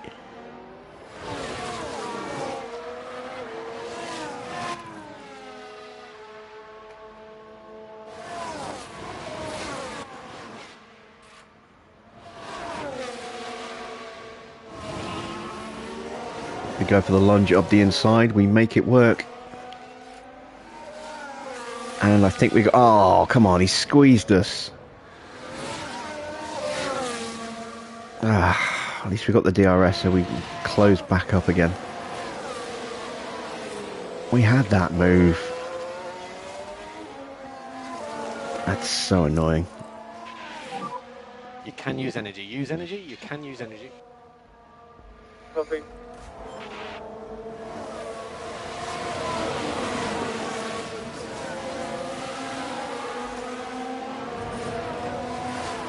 Right, we're not going anywhere in this queue, I don't think.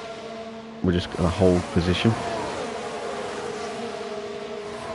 If we can sneak a place, that'll be nice.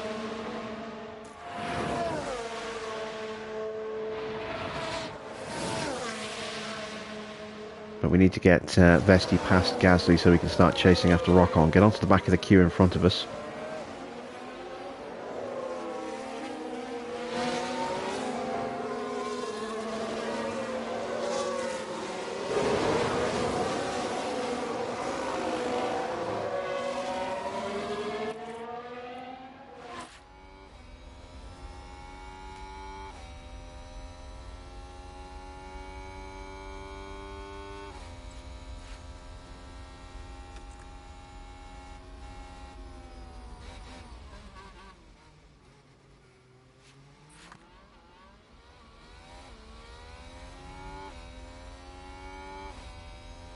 Can we get him into turn 1? We have low batteries. Yeah, copy. Not quite. And now we've run out of batteries, so we're going to have to charge up again. That's frustrating. Right, let's stick with Charge up. Felipe for a few laps. We don't have the pace to try and push past Hamilton, but if Hamilton gets past Alonso, then we might be able to squeeze past him.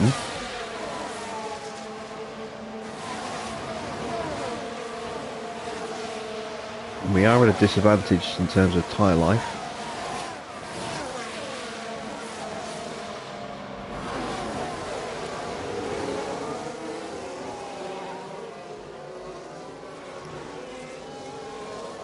Welcome, Senor Fandias.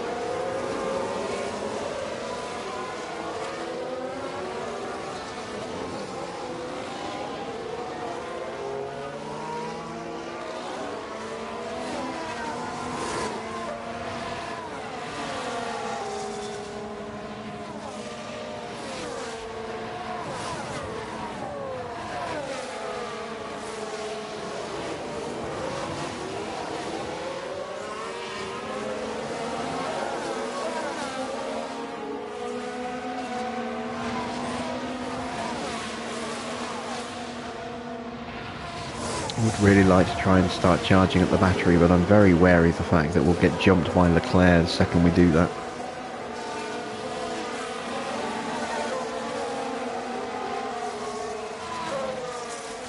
Is Gasly closing in on the back of the queue? No, he's not.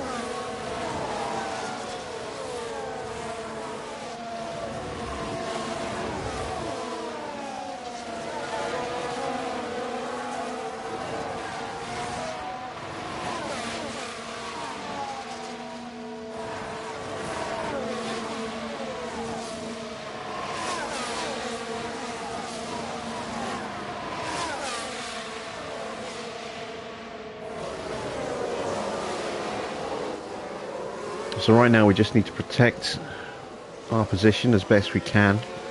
We don't really have the pace to push forward any further. If we can sneak a position through a lunge under braking, that'd be nice, but I don't think we're going any higher than this. And our tyres are in worse shape than the cars around us, so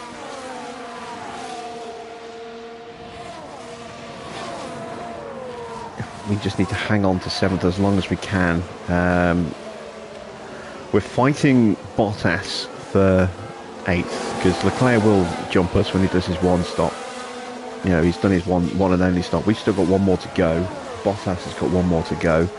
Alonso's got one more to go. So it's going to be a three-way fight for 7th between us, Alonso and Bottas once pit stops shake out. How long have we got? We're due to pit on lap 39, so 7 more laps.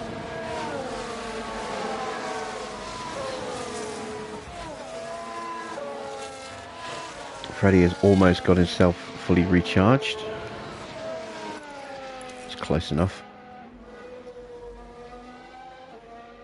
We're in danger of getting dropped.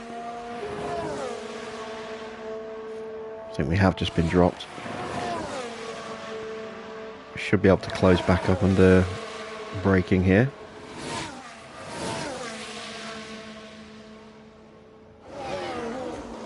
Oh, and we are now about to get dropped ourselves here. Used energy. No.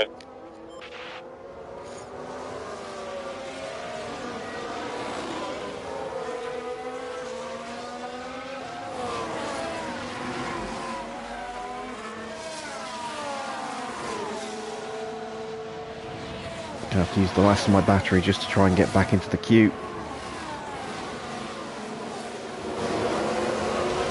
Need a good exit here.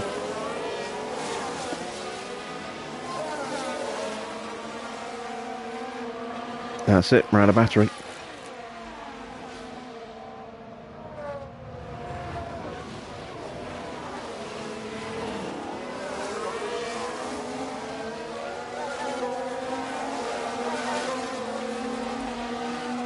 Yeah, our tyres are really starting to suffer compared to everyone around us.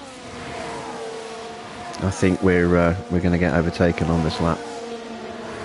As long as we can stay at least ahead of Bottas or with Bottas, then that'll be okay.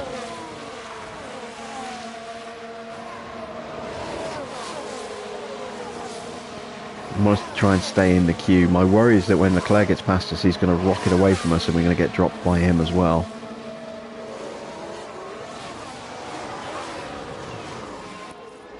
Vesti's now been dropped as well. Use energy if you need it, use energy. So we can close him back up through here. Need him to stay with Gasly.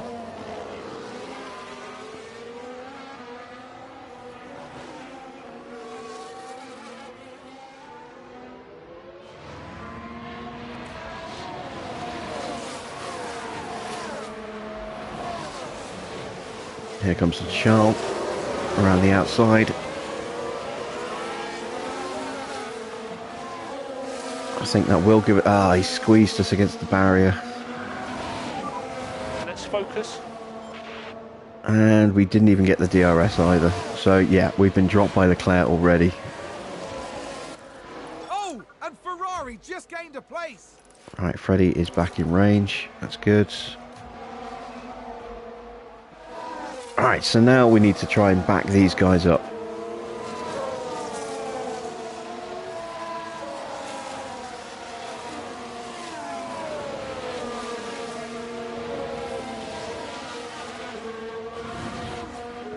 This is the downside of the undercut. You know, it worked really well to gain us a few positions earlier, but now our tyres are in worse shape than all the cars around us, and we are suffering as a result.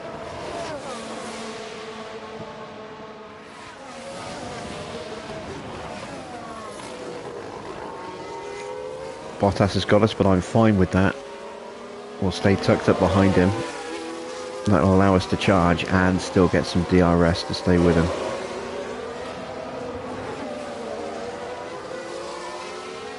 Looks like that was a position gained for Alfa Romeo. And we did back them up into Gasly a little bit, which is going to bring Freddie back into play as well. There he is.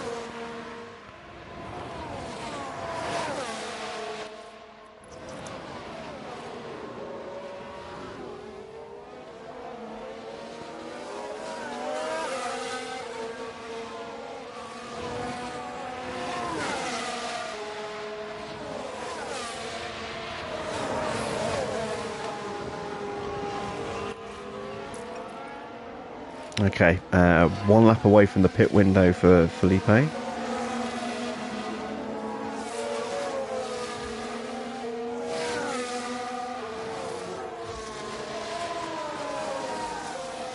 Which is just as well because his tyres are almost shot.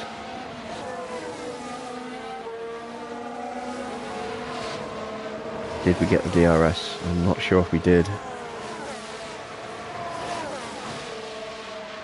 No, we didn't. Yeah, tyres are just barely hanging on right now.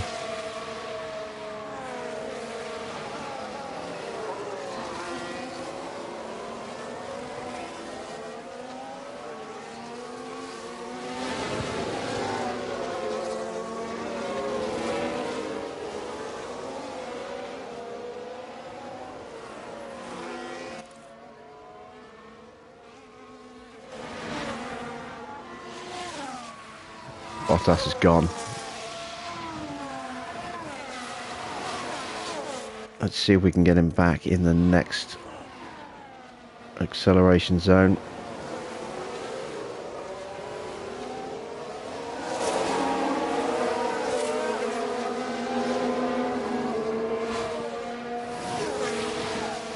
quite.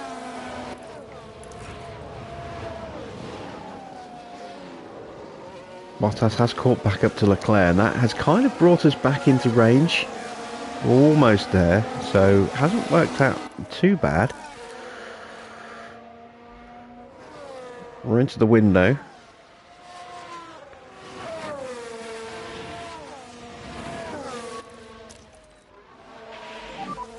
So use energy. Perfect.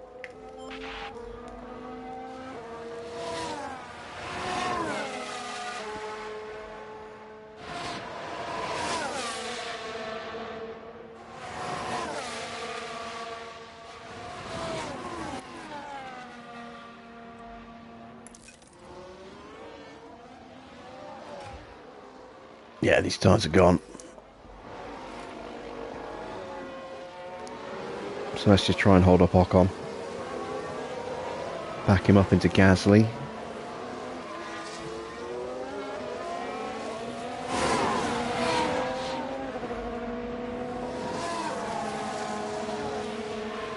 And Ocon's just going to go straight past us like we're not even there.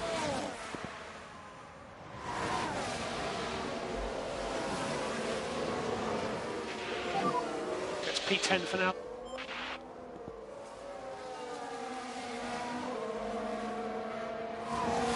That's a good overtake from Alpine.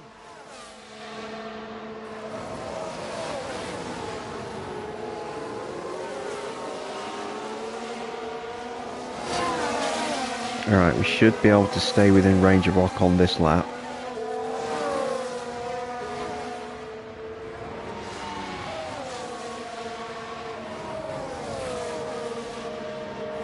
Afraid he can't keep up anymore either.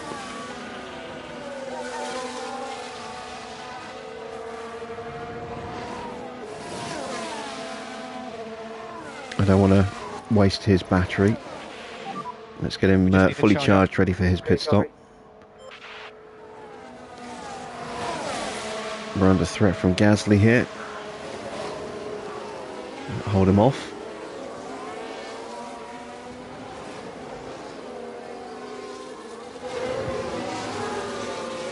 Oh, Vesti. Oh, actually, is that going to bring out a safety car? The Aston Martin. What a spin out!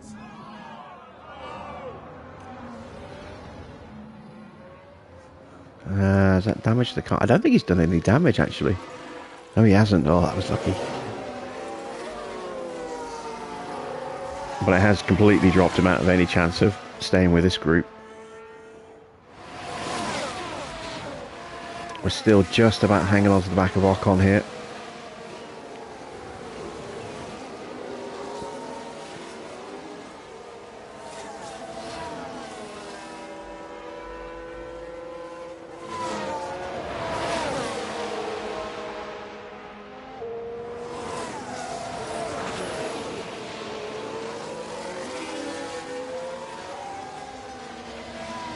That's the first real mistake one of our drivers have made for a couple of races, I think. I don't remember them making any serious mistakes. They might have run wide occasionally at Imola, but they didn't spin out. That's the first spin we've had in a while.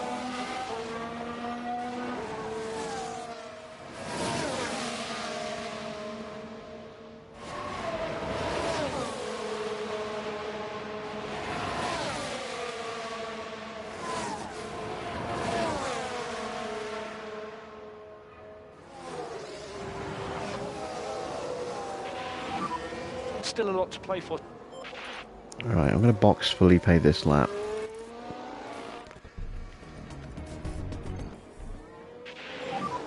Box.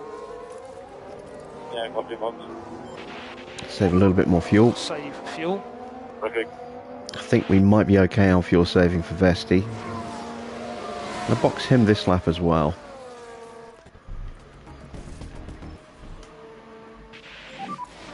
So we think box. Copy box.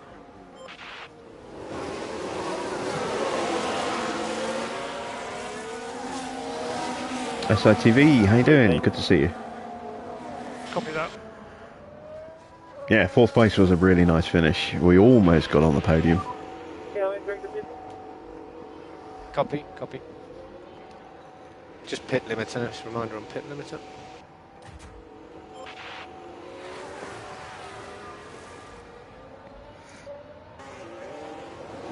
There we go. Lovely double stack.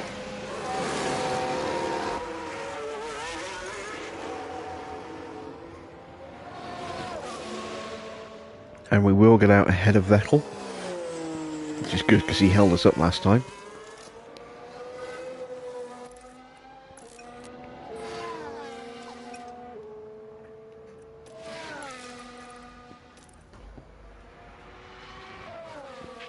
So hopefully we can clear the McLarens and Magnussen pretty quickly. Ricardo's going to the end. I don't know about Norris. Norris might be stopping again. I would say Norris is probably stopping again.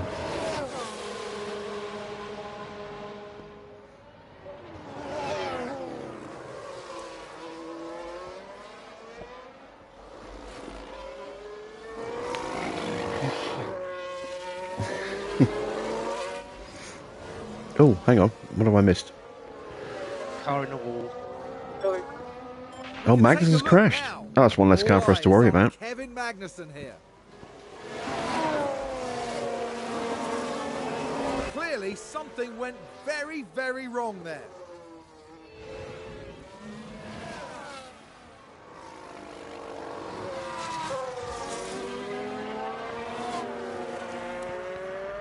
There's Vesti, a long way back after his little spin.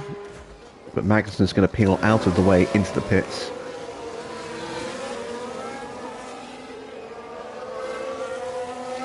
Two McLarens are fighting. That's going to make things awkward for us.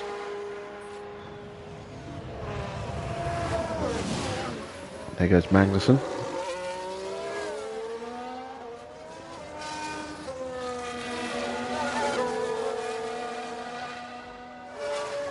Once again, Max has just run off into the distance. Even on a one stop, he's just so fast.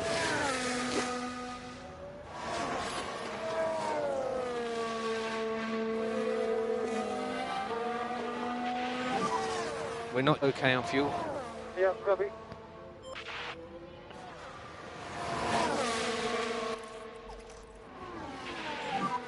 Safe fuel, safe fuel. Copy.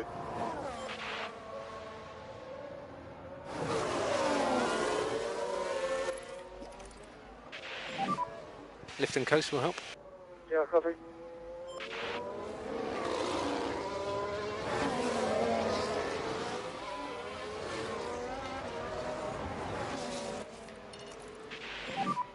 So back off. Let's just protect these tyres for the next couple of Take it laps. easy. Okay.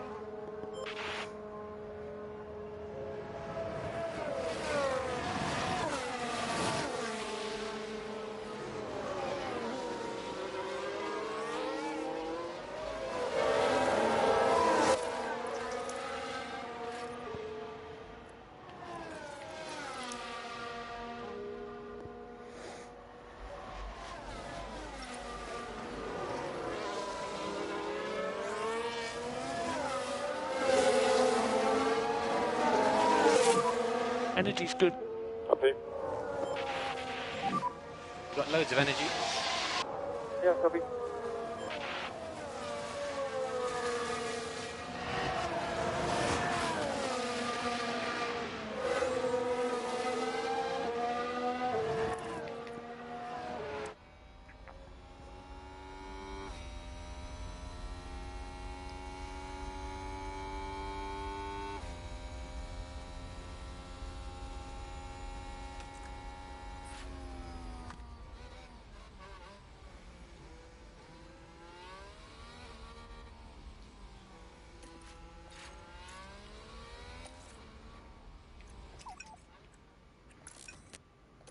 Okay, there we go.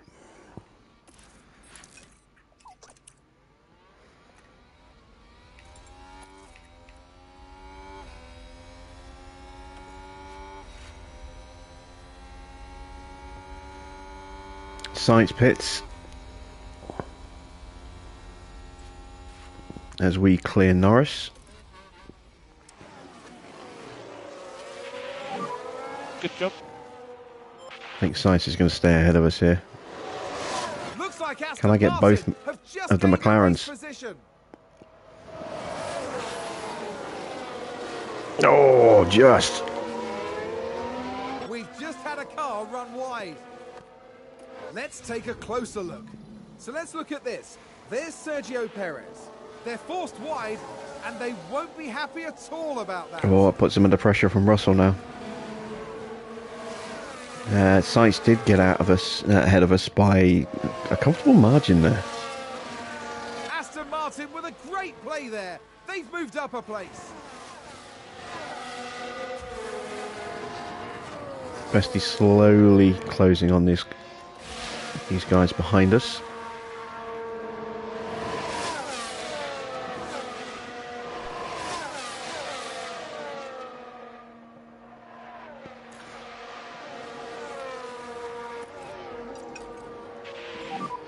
We're good to push.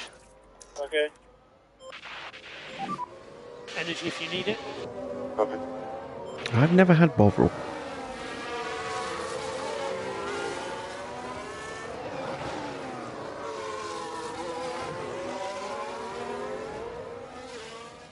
Everyone else is boxing now. Perez, Hamilton, Bottas and Ocon. I don't think we'll be able to undercut any of them.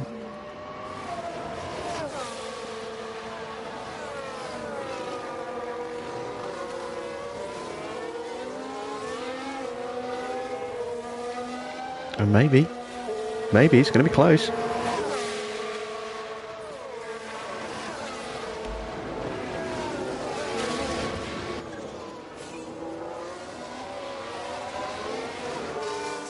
We got Bottas and Ocon, so we are just outside the points again.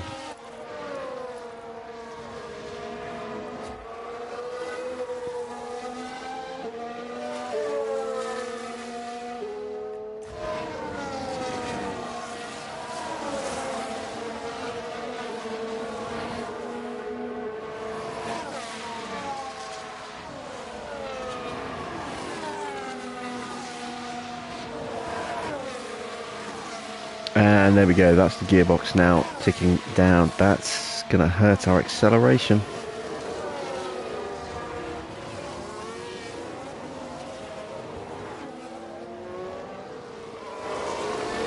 So who in front of us is vulnerable? Leclerc and Gasly might be pitting again.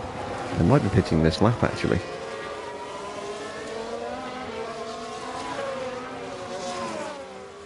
And there goes Gasly into the pits.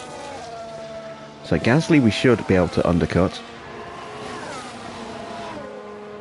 Trying to break away from Ocon with the last of my battery here. Almost managed it. Almost got onto the back of Perez.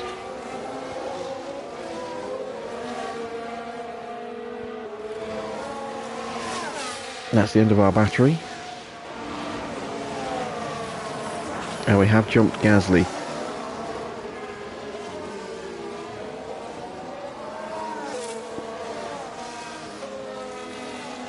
But once again, we put ourselves in a position where our tyres are going to be worse against our competitors. So we just need to push now. Copy. I'm going to sacrifice having battery at the end of the lap just to try and make sure I stay ahead of Ocon here, and if I can get within range of Perez for his DRS. If I can keep that, I can pull away from Ocon. We are in the final points position right now. And I just don't think I've got enough pace left in the car to stay with Perez and Hamilton. That's it. I got nothing left to give. Leclerc pits. Now where's he going to come out?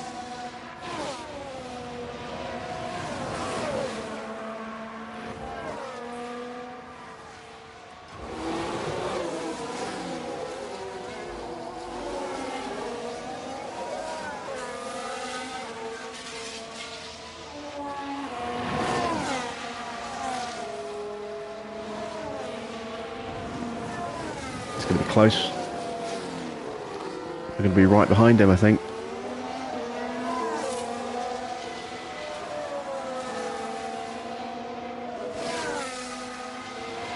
Yeah, he slots in behind Hamilton.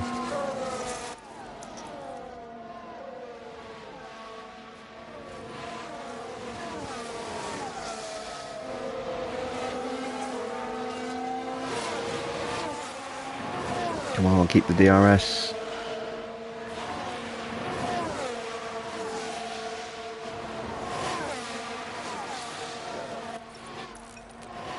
Nah, we didn't get it.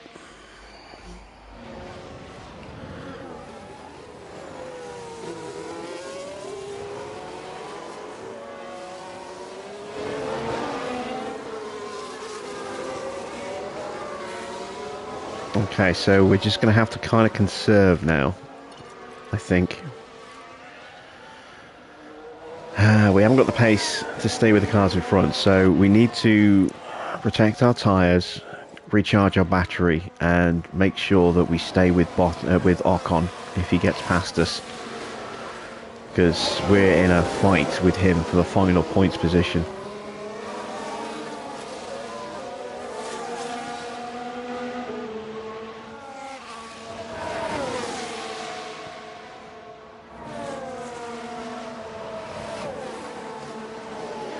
There he goes. I was expecting him to get past us. And I'm okay with that. As long as we can stay with him. Alpine just advanced.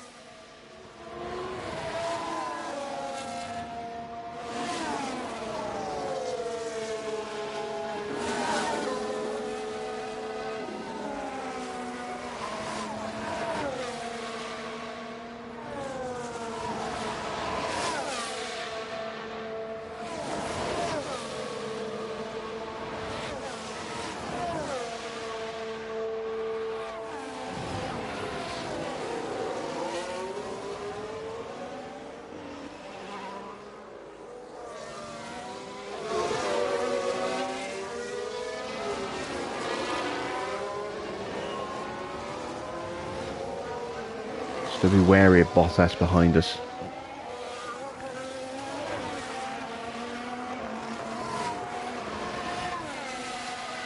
I've also got to remember my gearbox damage does mean our acceleration out of the corners is going to be a little bit slower.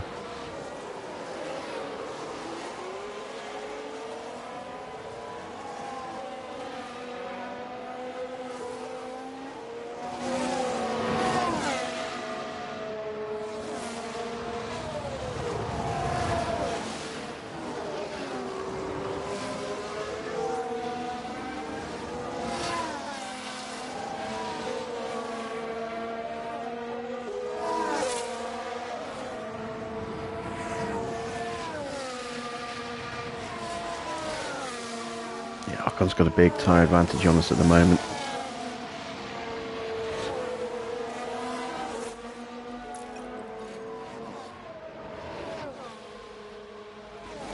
I think I just lost the DRS.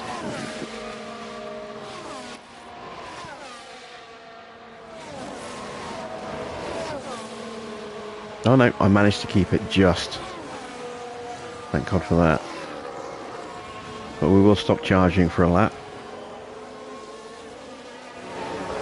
Vesti's slowly catching the back of Ricciardo, but not making the progress I was hoping he would. Half a second off of Gasly right now, so 12th is going to be the best that Vesti's going to get this race. And we have now lost the DRS. Gonna have to push the tyres again. We can push more. Yeah, got it.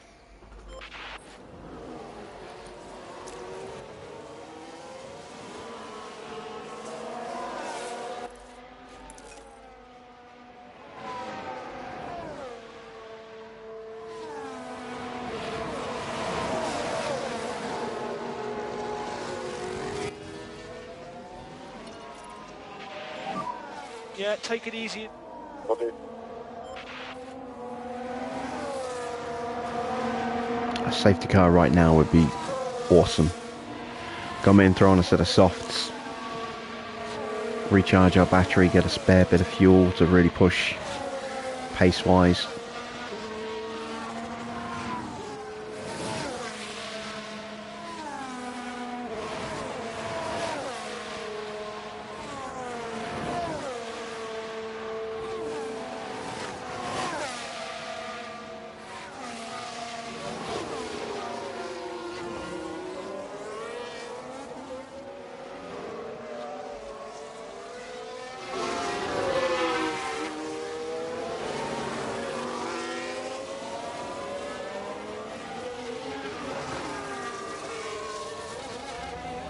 Surprisingly, we have still got the fastest lap. I was not expecting that.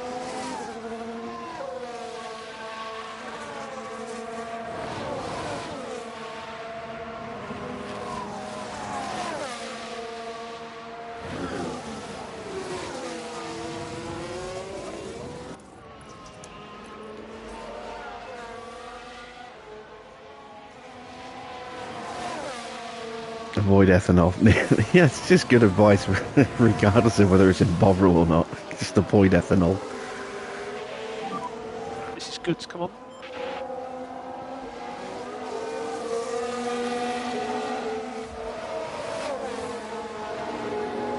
As Freddie gets past Ricardo. That's it.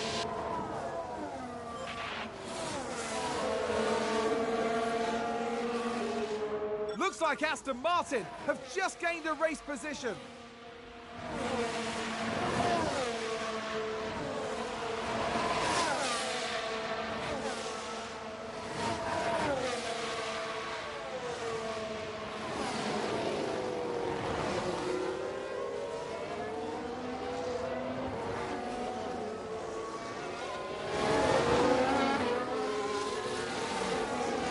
Bottas is starting to reel us in. Ocon's pace has dropped off a little bit, I think.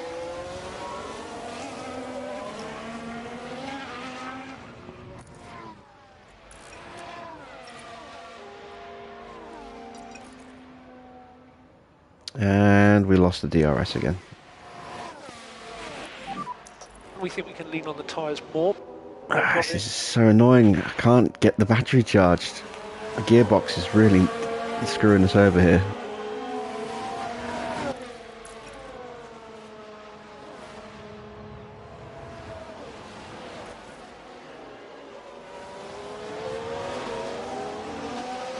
Bottas is now in range.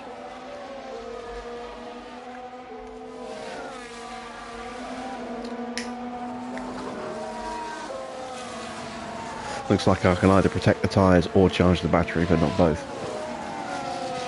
And even charging the battery, I've got to be careful.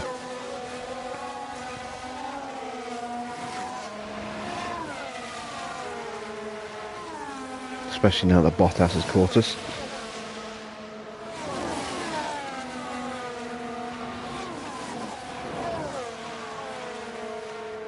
And that's Vesti's gearbox now at 40, or below 40%.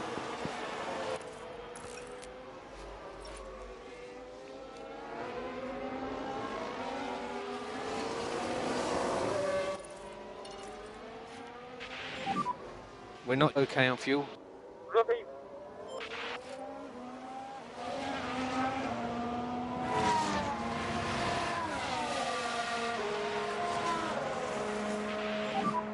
Car in the wall. Ooh! They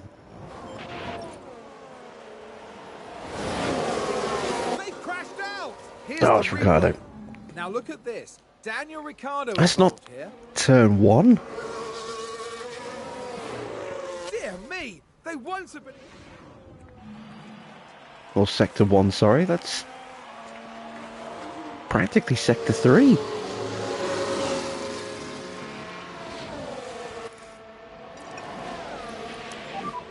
Push a bit more. Copy.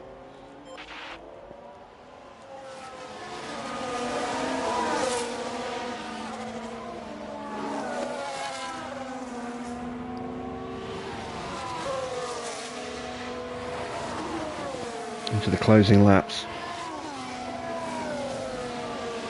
It's a tense fight, this one.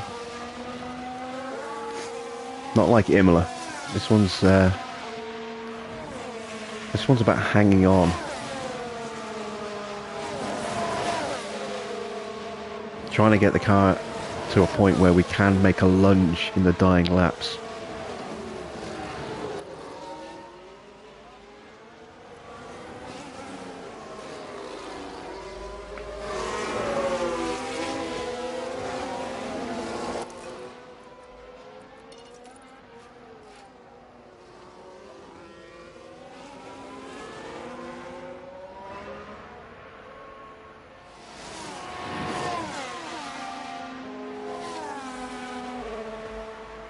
Gasly's going to be joining the fight soon as well.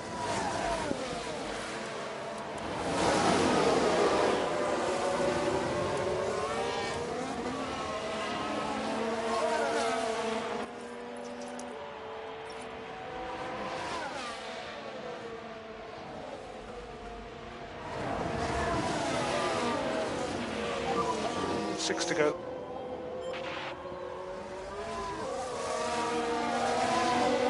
My tyres are about to hit the cliff in terms of pace on this circuit.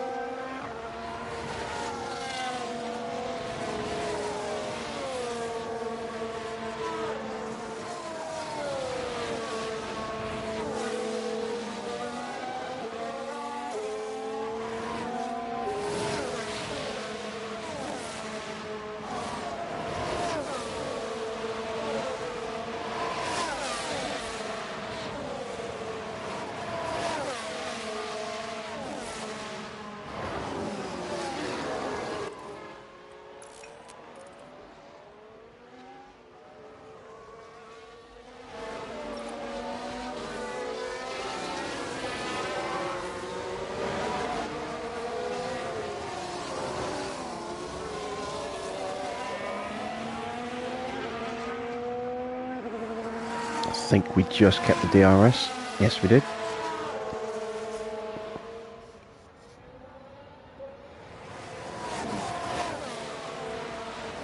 And we have slowly but surely been sort of trickle feeding our battery with some more charge.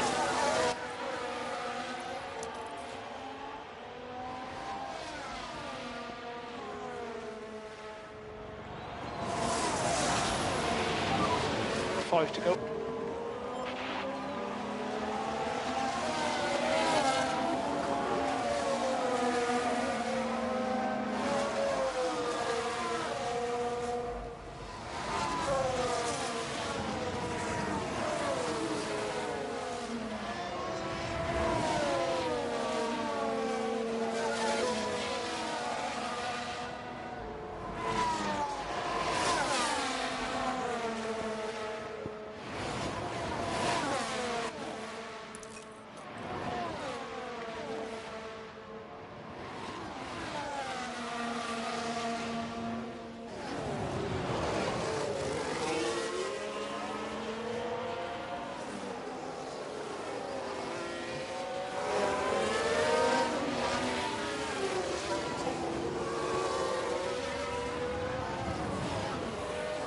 Waiting for the opportunity to strike for that 1 point that's on offer.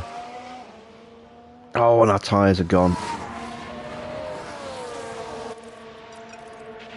I can't stay in that pace mode anymore. Just gotta hope we don't get jumped by Bottas here. No, he's gonna get us. He's gonna get us.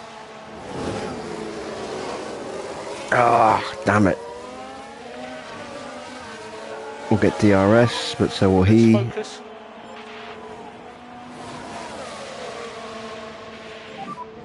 Four laps to go. Alfa Romeo just moved up a place. That makes things hard. Oh, yellow flag. Sector 2, Sector 1. It's a bit confused. It's a crash. Who is it? I think that was a crash. That's Ricardo again. What's going on with Ricardo?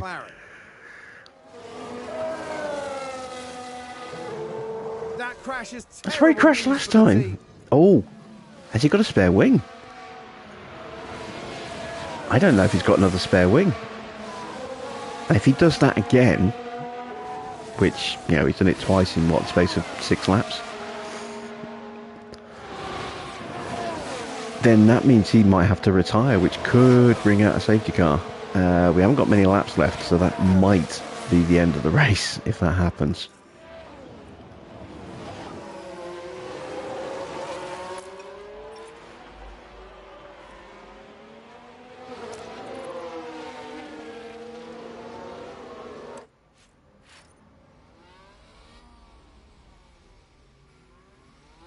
But say another crash like that is probably going to break either his suspension or his chassis, or one of, or both, maybe.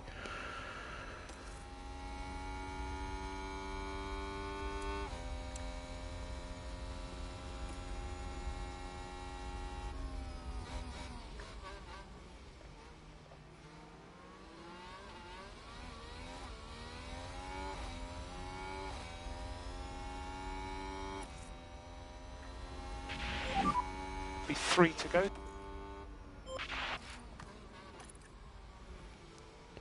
So there we go, it's Bottas on Ocon. No, Ocon's going to hold the position.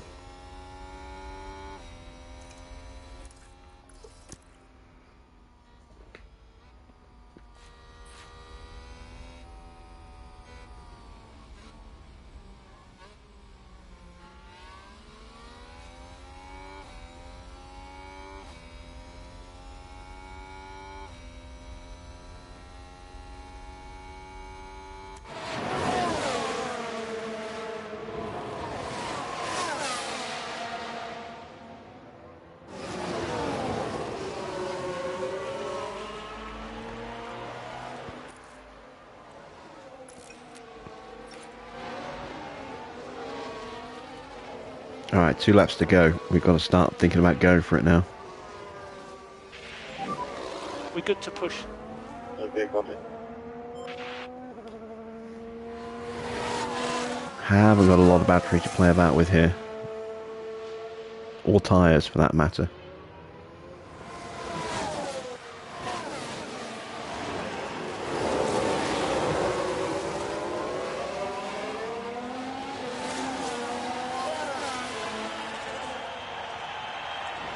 Bottas gets squeezed by Ocon.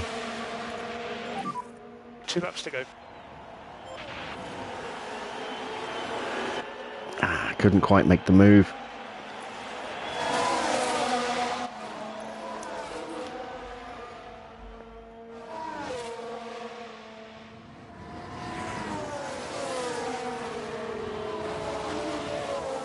And we still have the fastest lap.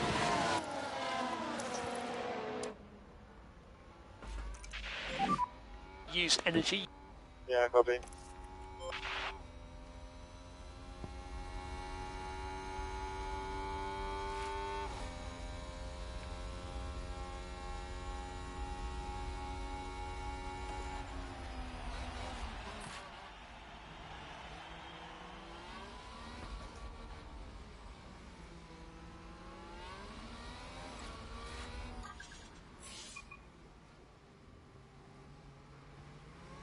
God, Max is 32 seconds ahead.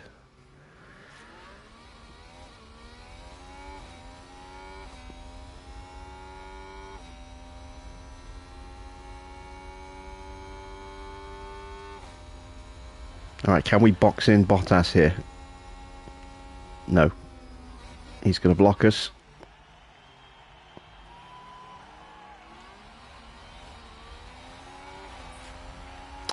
We're out of battery.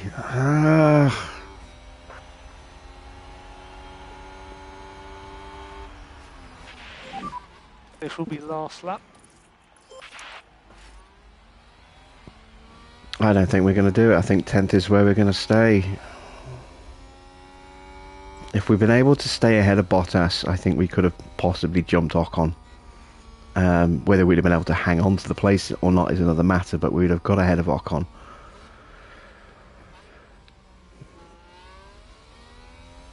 But we just don't have anything left to fight. That's frustrating.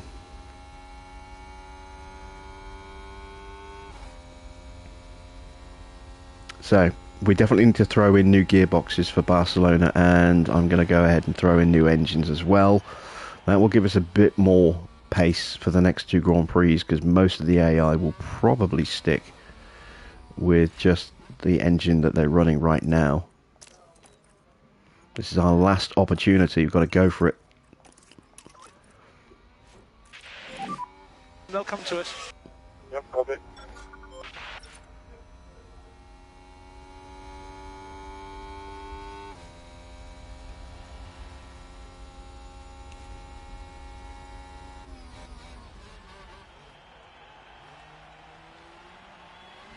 That's it. So, 10th it is. We miss out on points this time. Bit disappointing, but look how close everything was in the end. From second all the way down. Second to 11th. Almost all of them in the train, just a little extra second gap between Ocon and Leclerc compared to the rest of the field. That's a very, very close finish. So that is checkered flag.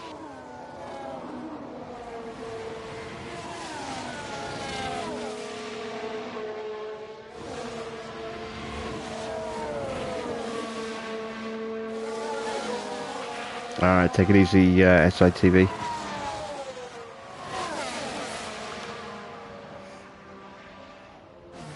Tenth and 12th, a little disappointing. I was hoping we might be able to get one car in the points. What an incredible outcome for Aston Martin's driver.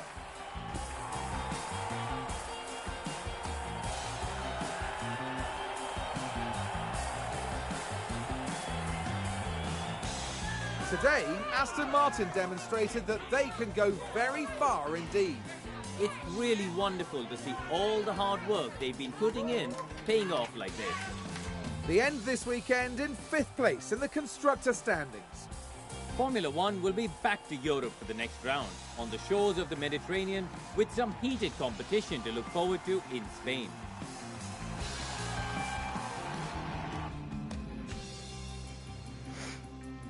So, once again, we pick up the fastest lap, and once again, because of the changes to points this season, we don't get a point for it, which is frustrating. However, it's encouraging that we were able to actually hold the fastest lap. With new engines in Barcelona, I think we can get both cars into the points. Depending on whether the rest of the field brings some upgrades. Good race for Mercedes, both drivers gaining 3 places to finish 2nd and 3rd.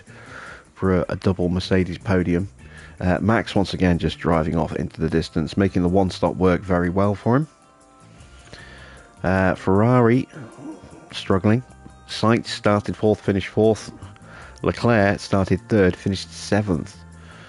Did not go well for him. Perez also losing out. A good race for Fernando, 4 more points for Alpine. That's going to push them further ahead of us. Plus a point for Esteban Ocon as well. So Alpine get another point. That's 5 more points to pull away from us. But we're close. We're close. If we can just hang on over the next couple of races, that big upgrade package we're bringing to Baku will definitely get us back into contention for regular points finishes again. In the Drivers' Championship, Max extends his lead. He is now 13 points clear of teammate Perez. It's a big margin. Leclerc dropping a little bit further back from Checo, drops another point behind. He's 2 points back now. Lewis moves up to 4th ahead of his teammate by virtue of finishing ahead of him in this Grand Prix. Alonso moves above his teammate into 6th. Sainz also jumps above us into 8th. It's very close between us, Fernando, Ocon and Sainz at the moment.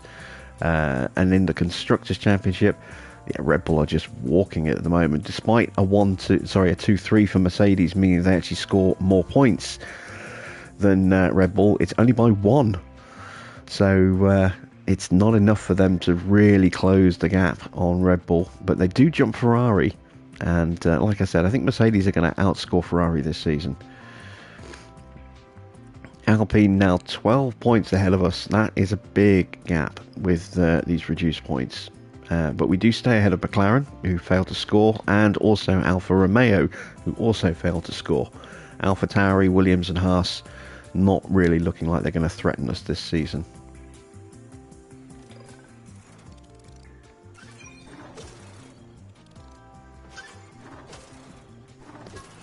We do get points for both our drivers. It was an exceptional race for Freddie, despite his little spin. And an exceptional race for Felipe. Neither driver really doing much in the way of overtaking. We just didn't have the pace to really get any overtakes done, but we were good in defence. 27 successful defences for Felipe there. So they both do get a new development point. And we get a nice big chunk of cash from our sponsors as well. We didn't achieve Q3, but we did achieve everything else, including our quali streak. So we've got more money that we can't spend. Lovely. Let's get these development points in. So we want, again, increase braking for Freddie. Felipe, I'm going to work on his cornering. Let's check our staff. We have a development point for Andrew Green. Chassis is going to be the next one that we work on, I think, in terms of a small upgrade. So let's put a point into chassis. Alessandro doesn't have a point, but he's close. Another couple of weeks. So he should have one after Barcelona. Chris Cronin is going to get one before the next Grand Prix. And Ben is not too far off either. He's a few weeks away. Let's take a look at our pit crew. They're up to 78 on tyre changes. They're getting better. Want to get them up to about 85 before I start looking at the front and rear jacks.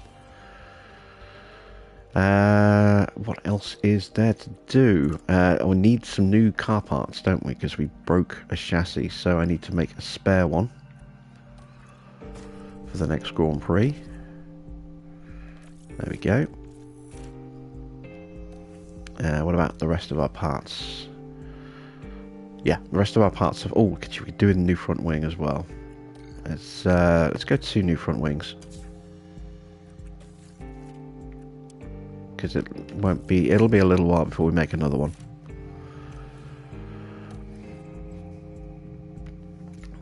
And let's have a quick sneak peek ahead of Barcelona. It looks like it's going to be perfect weather, as you can see. A little cloudy, but light cloud on the Friday and then sunshine on Saturday and Sunday. So no wet race to worry about. That's good. In terms of what the circuit looks like, it's a real mixture of all sorts of cornering. So a well-balanced car is needed here. We do have a pretty well-balanced car. It's not the greatest in certain areas. It's certainly not the fastest in terms of straight line speed, but those new engines will have a big improvement to our pace, as well as the new gearboxes as well. Let's just go through our inbox. Once again, exceeding expectations, just unfortunately couldn't get points out of it.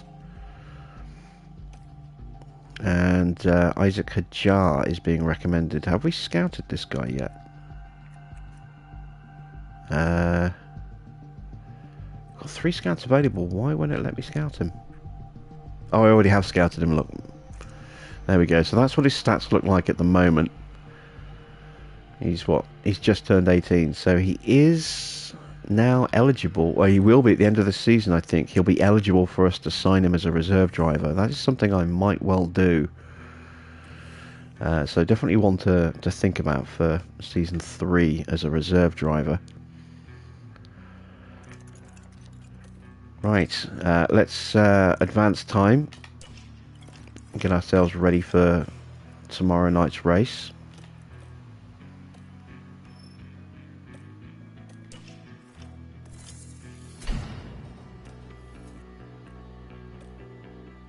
There we go, memorabilia room is done. New front wings are done. Gearboxes are bad, and the CFD simulator now needs a refurb, so let's go ahead and start that. We can refurb things, we just can't upgrade them because we've already done our 2 upgrades for the season.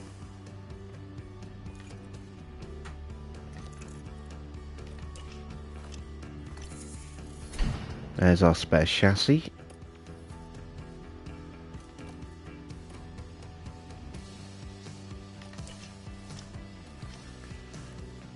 And there we go. We are now ready for Barcelona. Actually, before I forget to do it, because I will forget to do it tomorrow, let me go ahead and allocate that point for Chris. So we're going to... let me just check actually what's Ben's feedback. It's worse. Okay. Yeah, let's improve his pit management.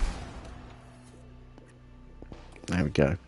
So we are now ready for the race. That'll be tomorrow night's stream, where we head to Barcelona with brand new engines and brand new gearboxes, and hopefully a bit of an upturn in fortunes, because I think the AI will stick with the engines that they currently have. So points could well be on the card tomorrow. So thanks for watching. I am Jim Bob, and as always, I shall be back with some more F1 Manager very soon.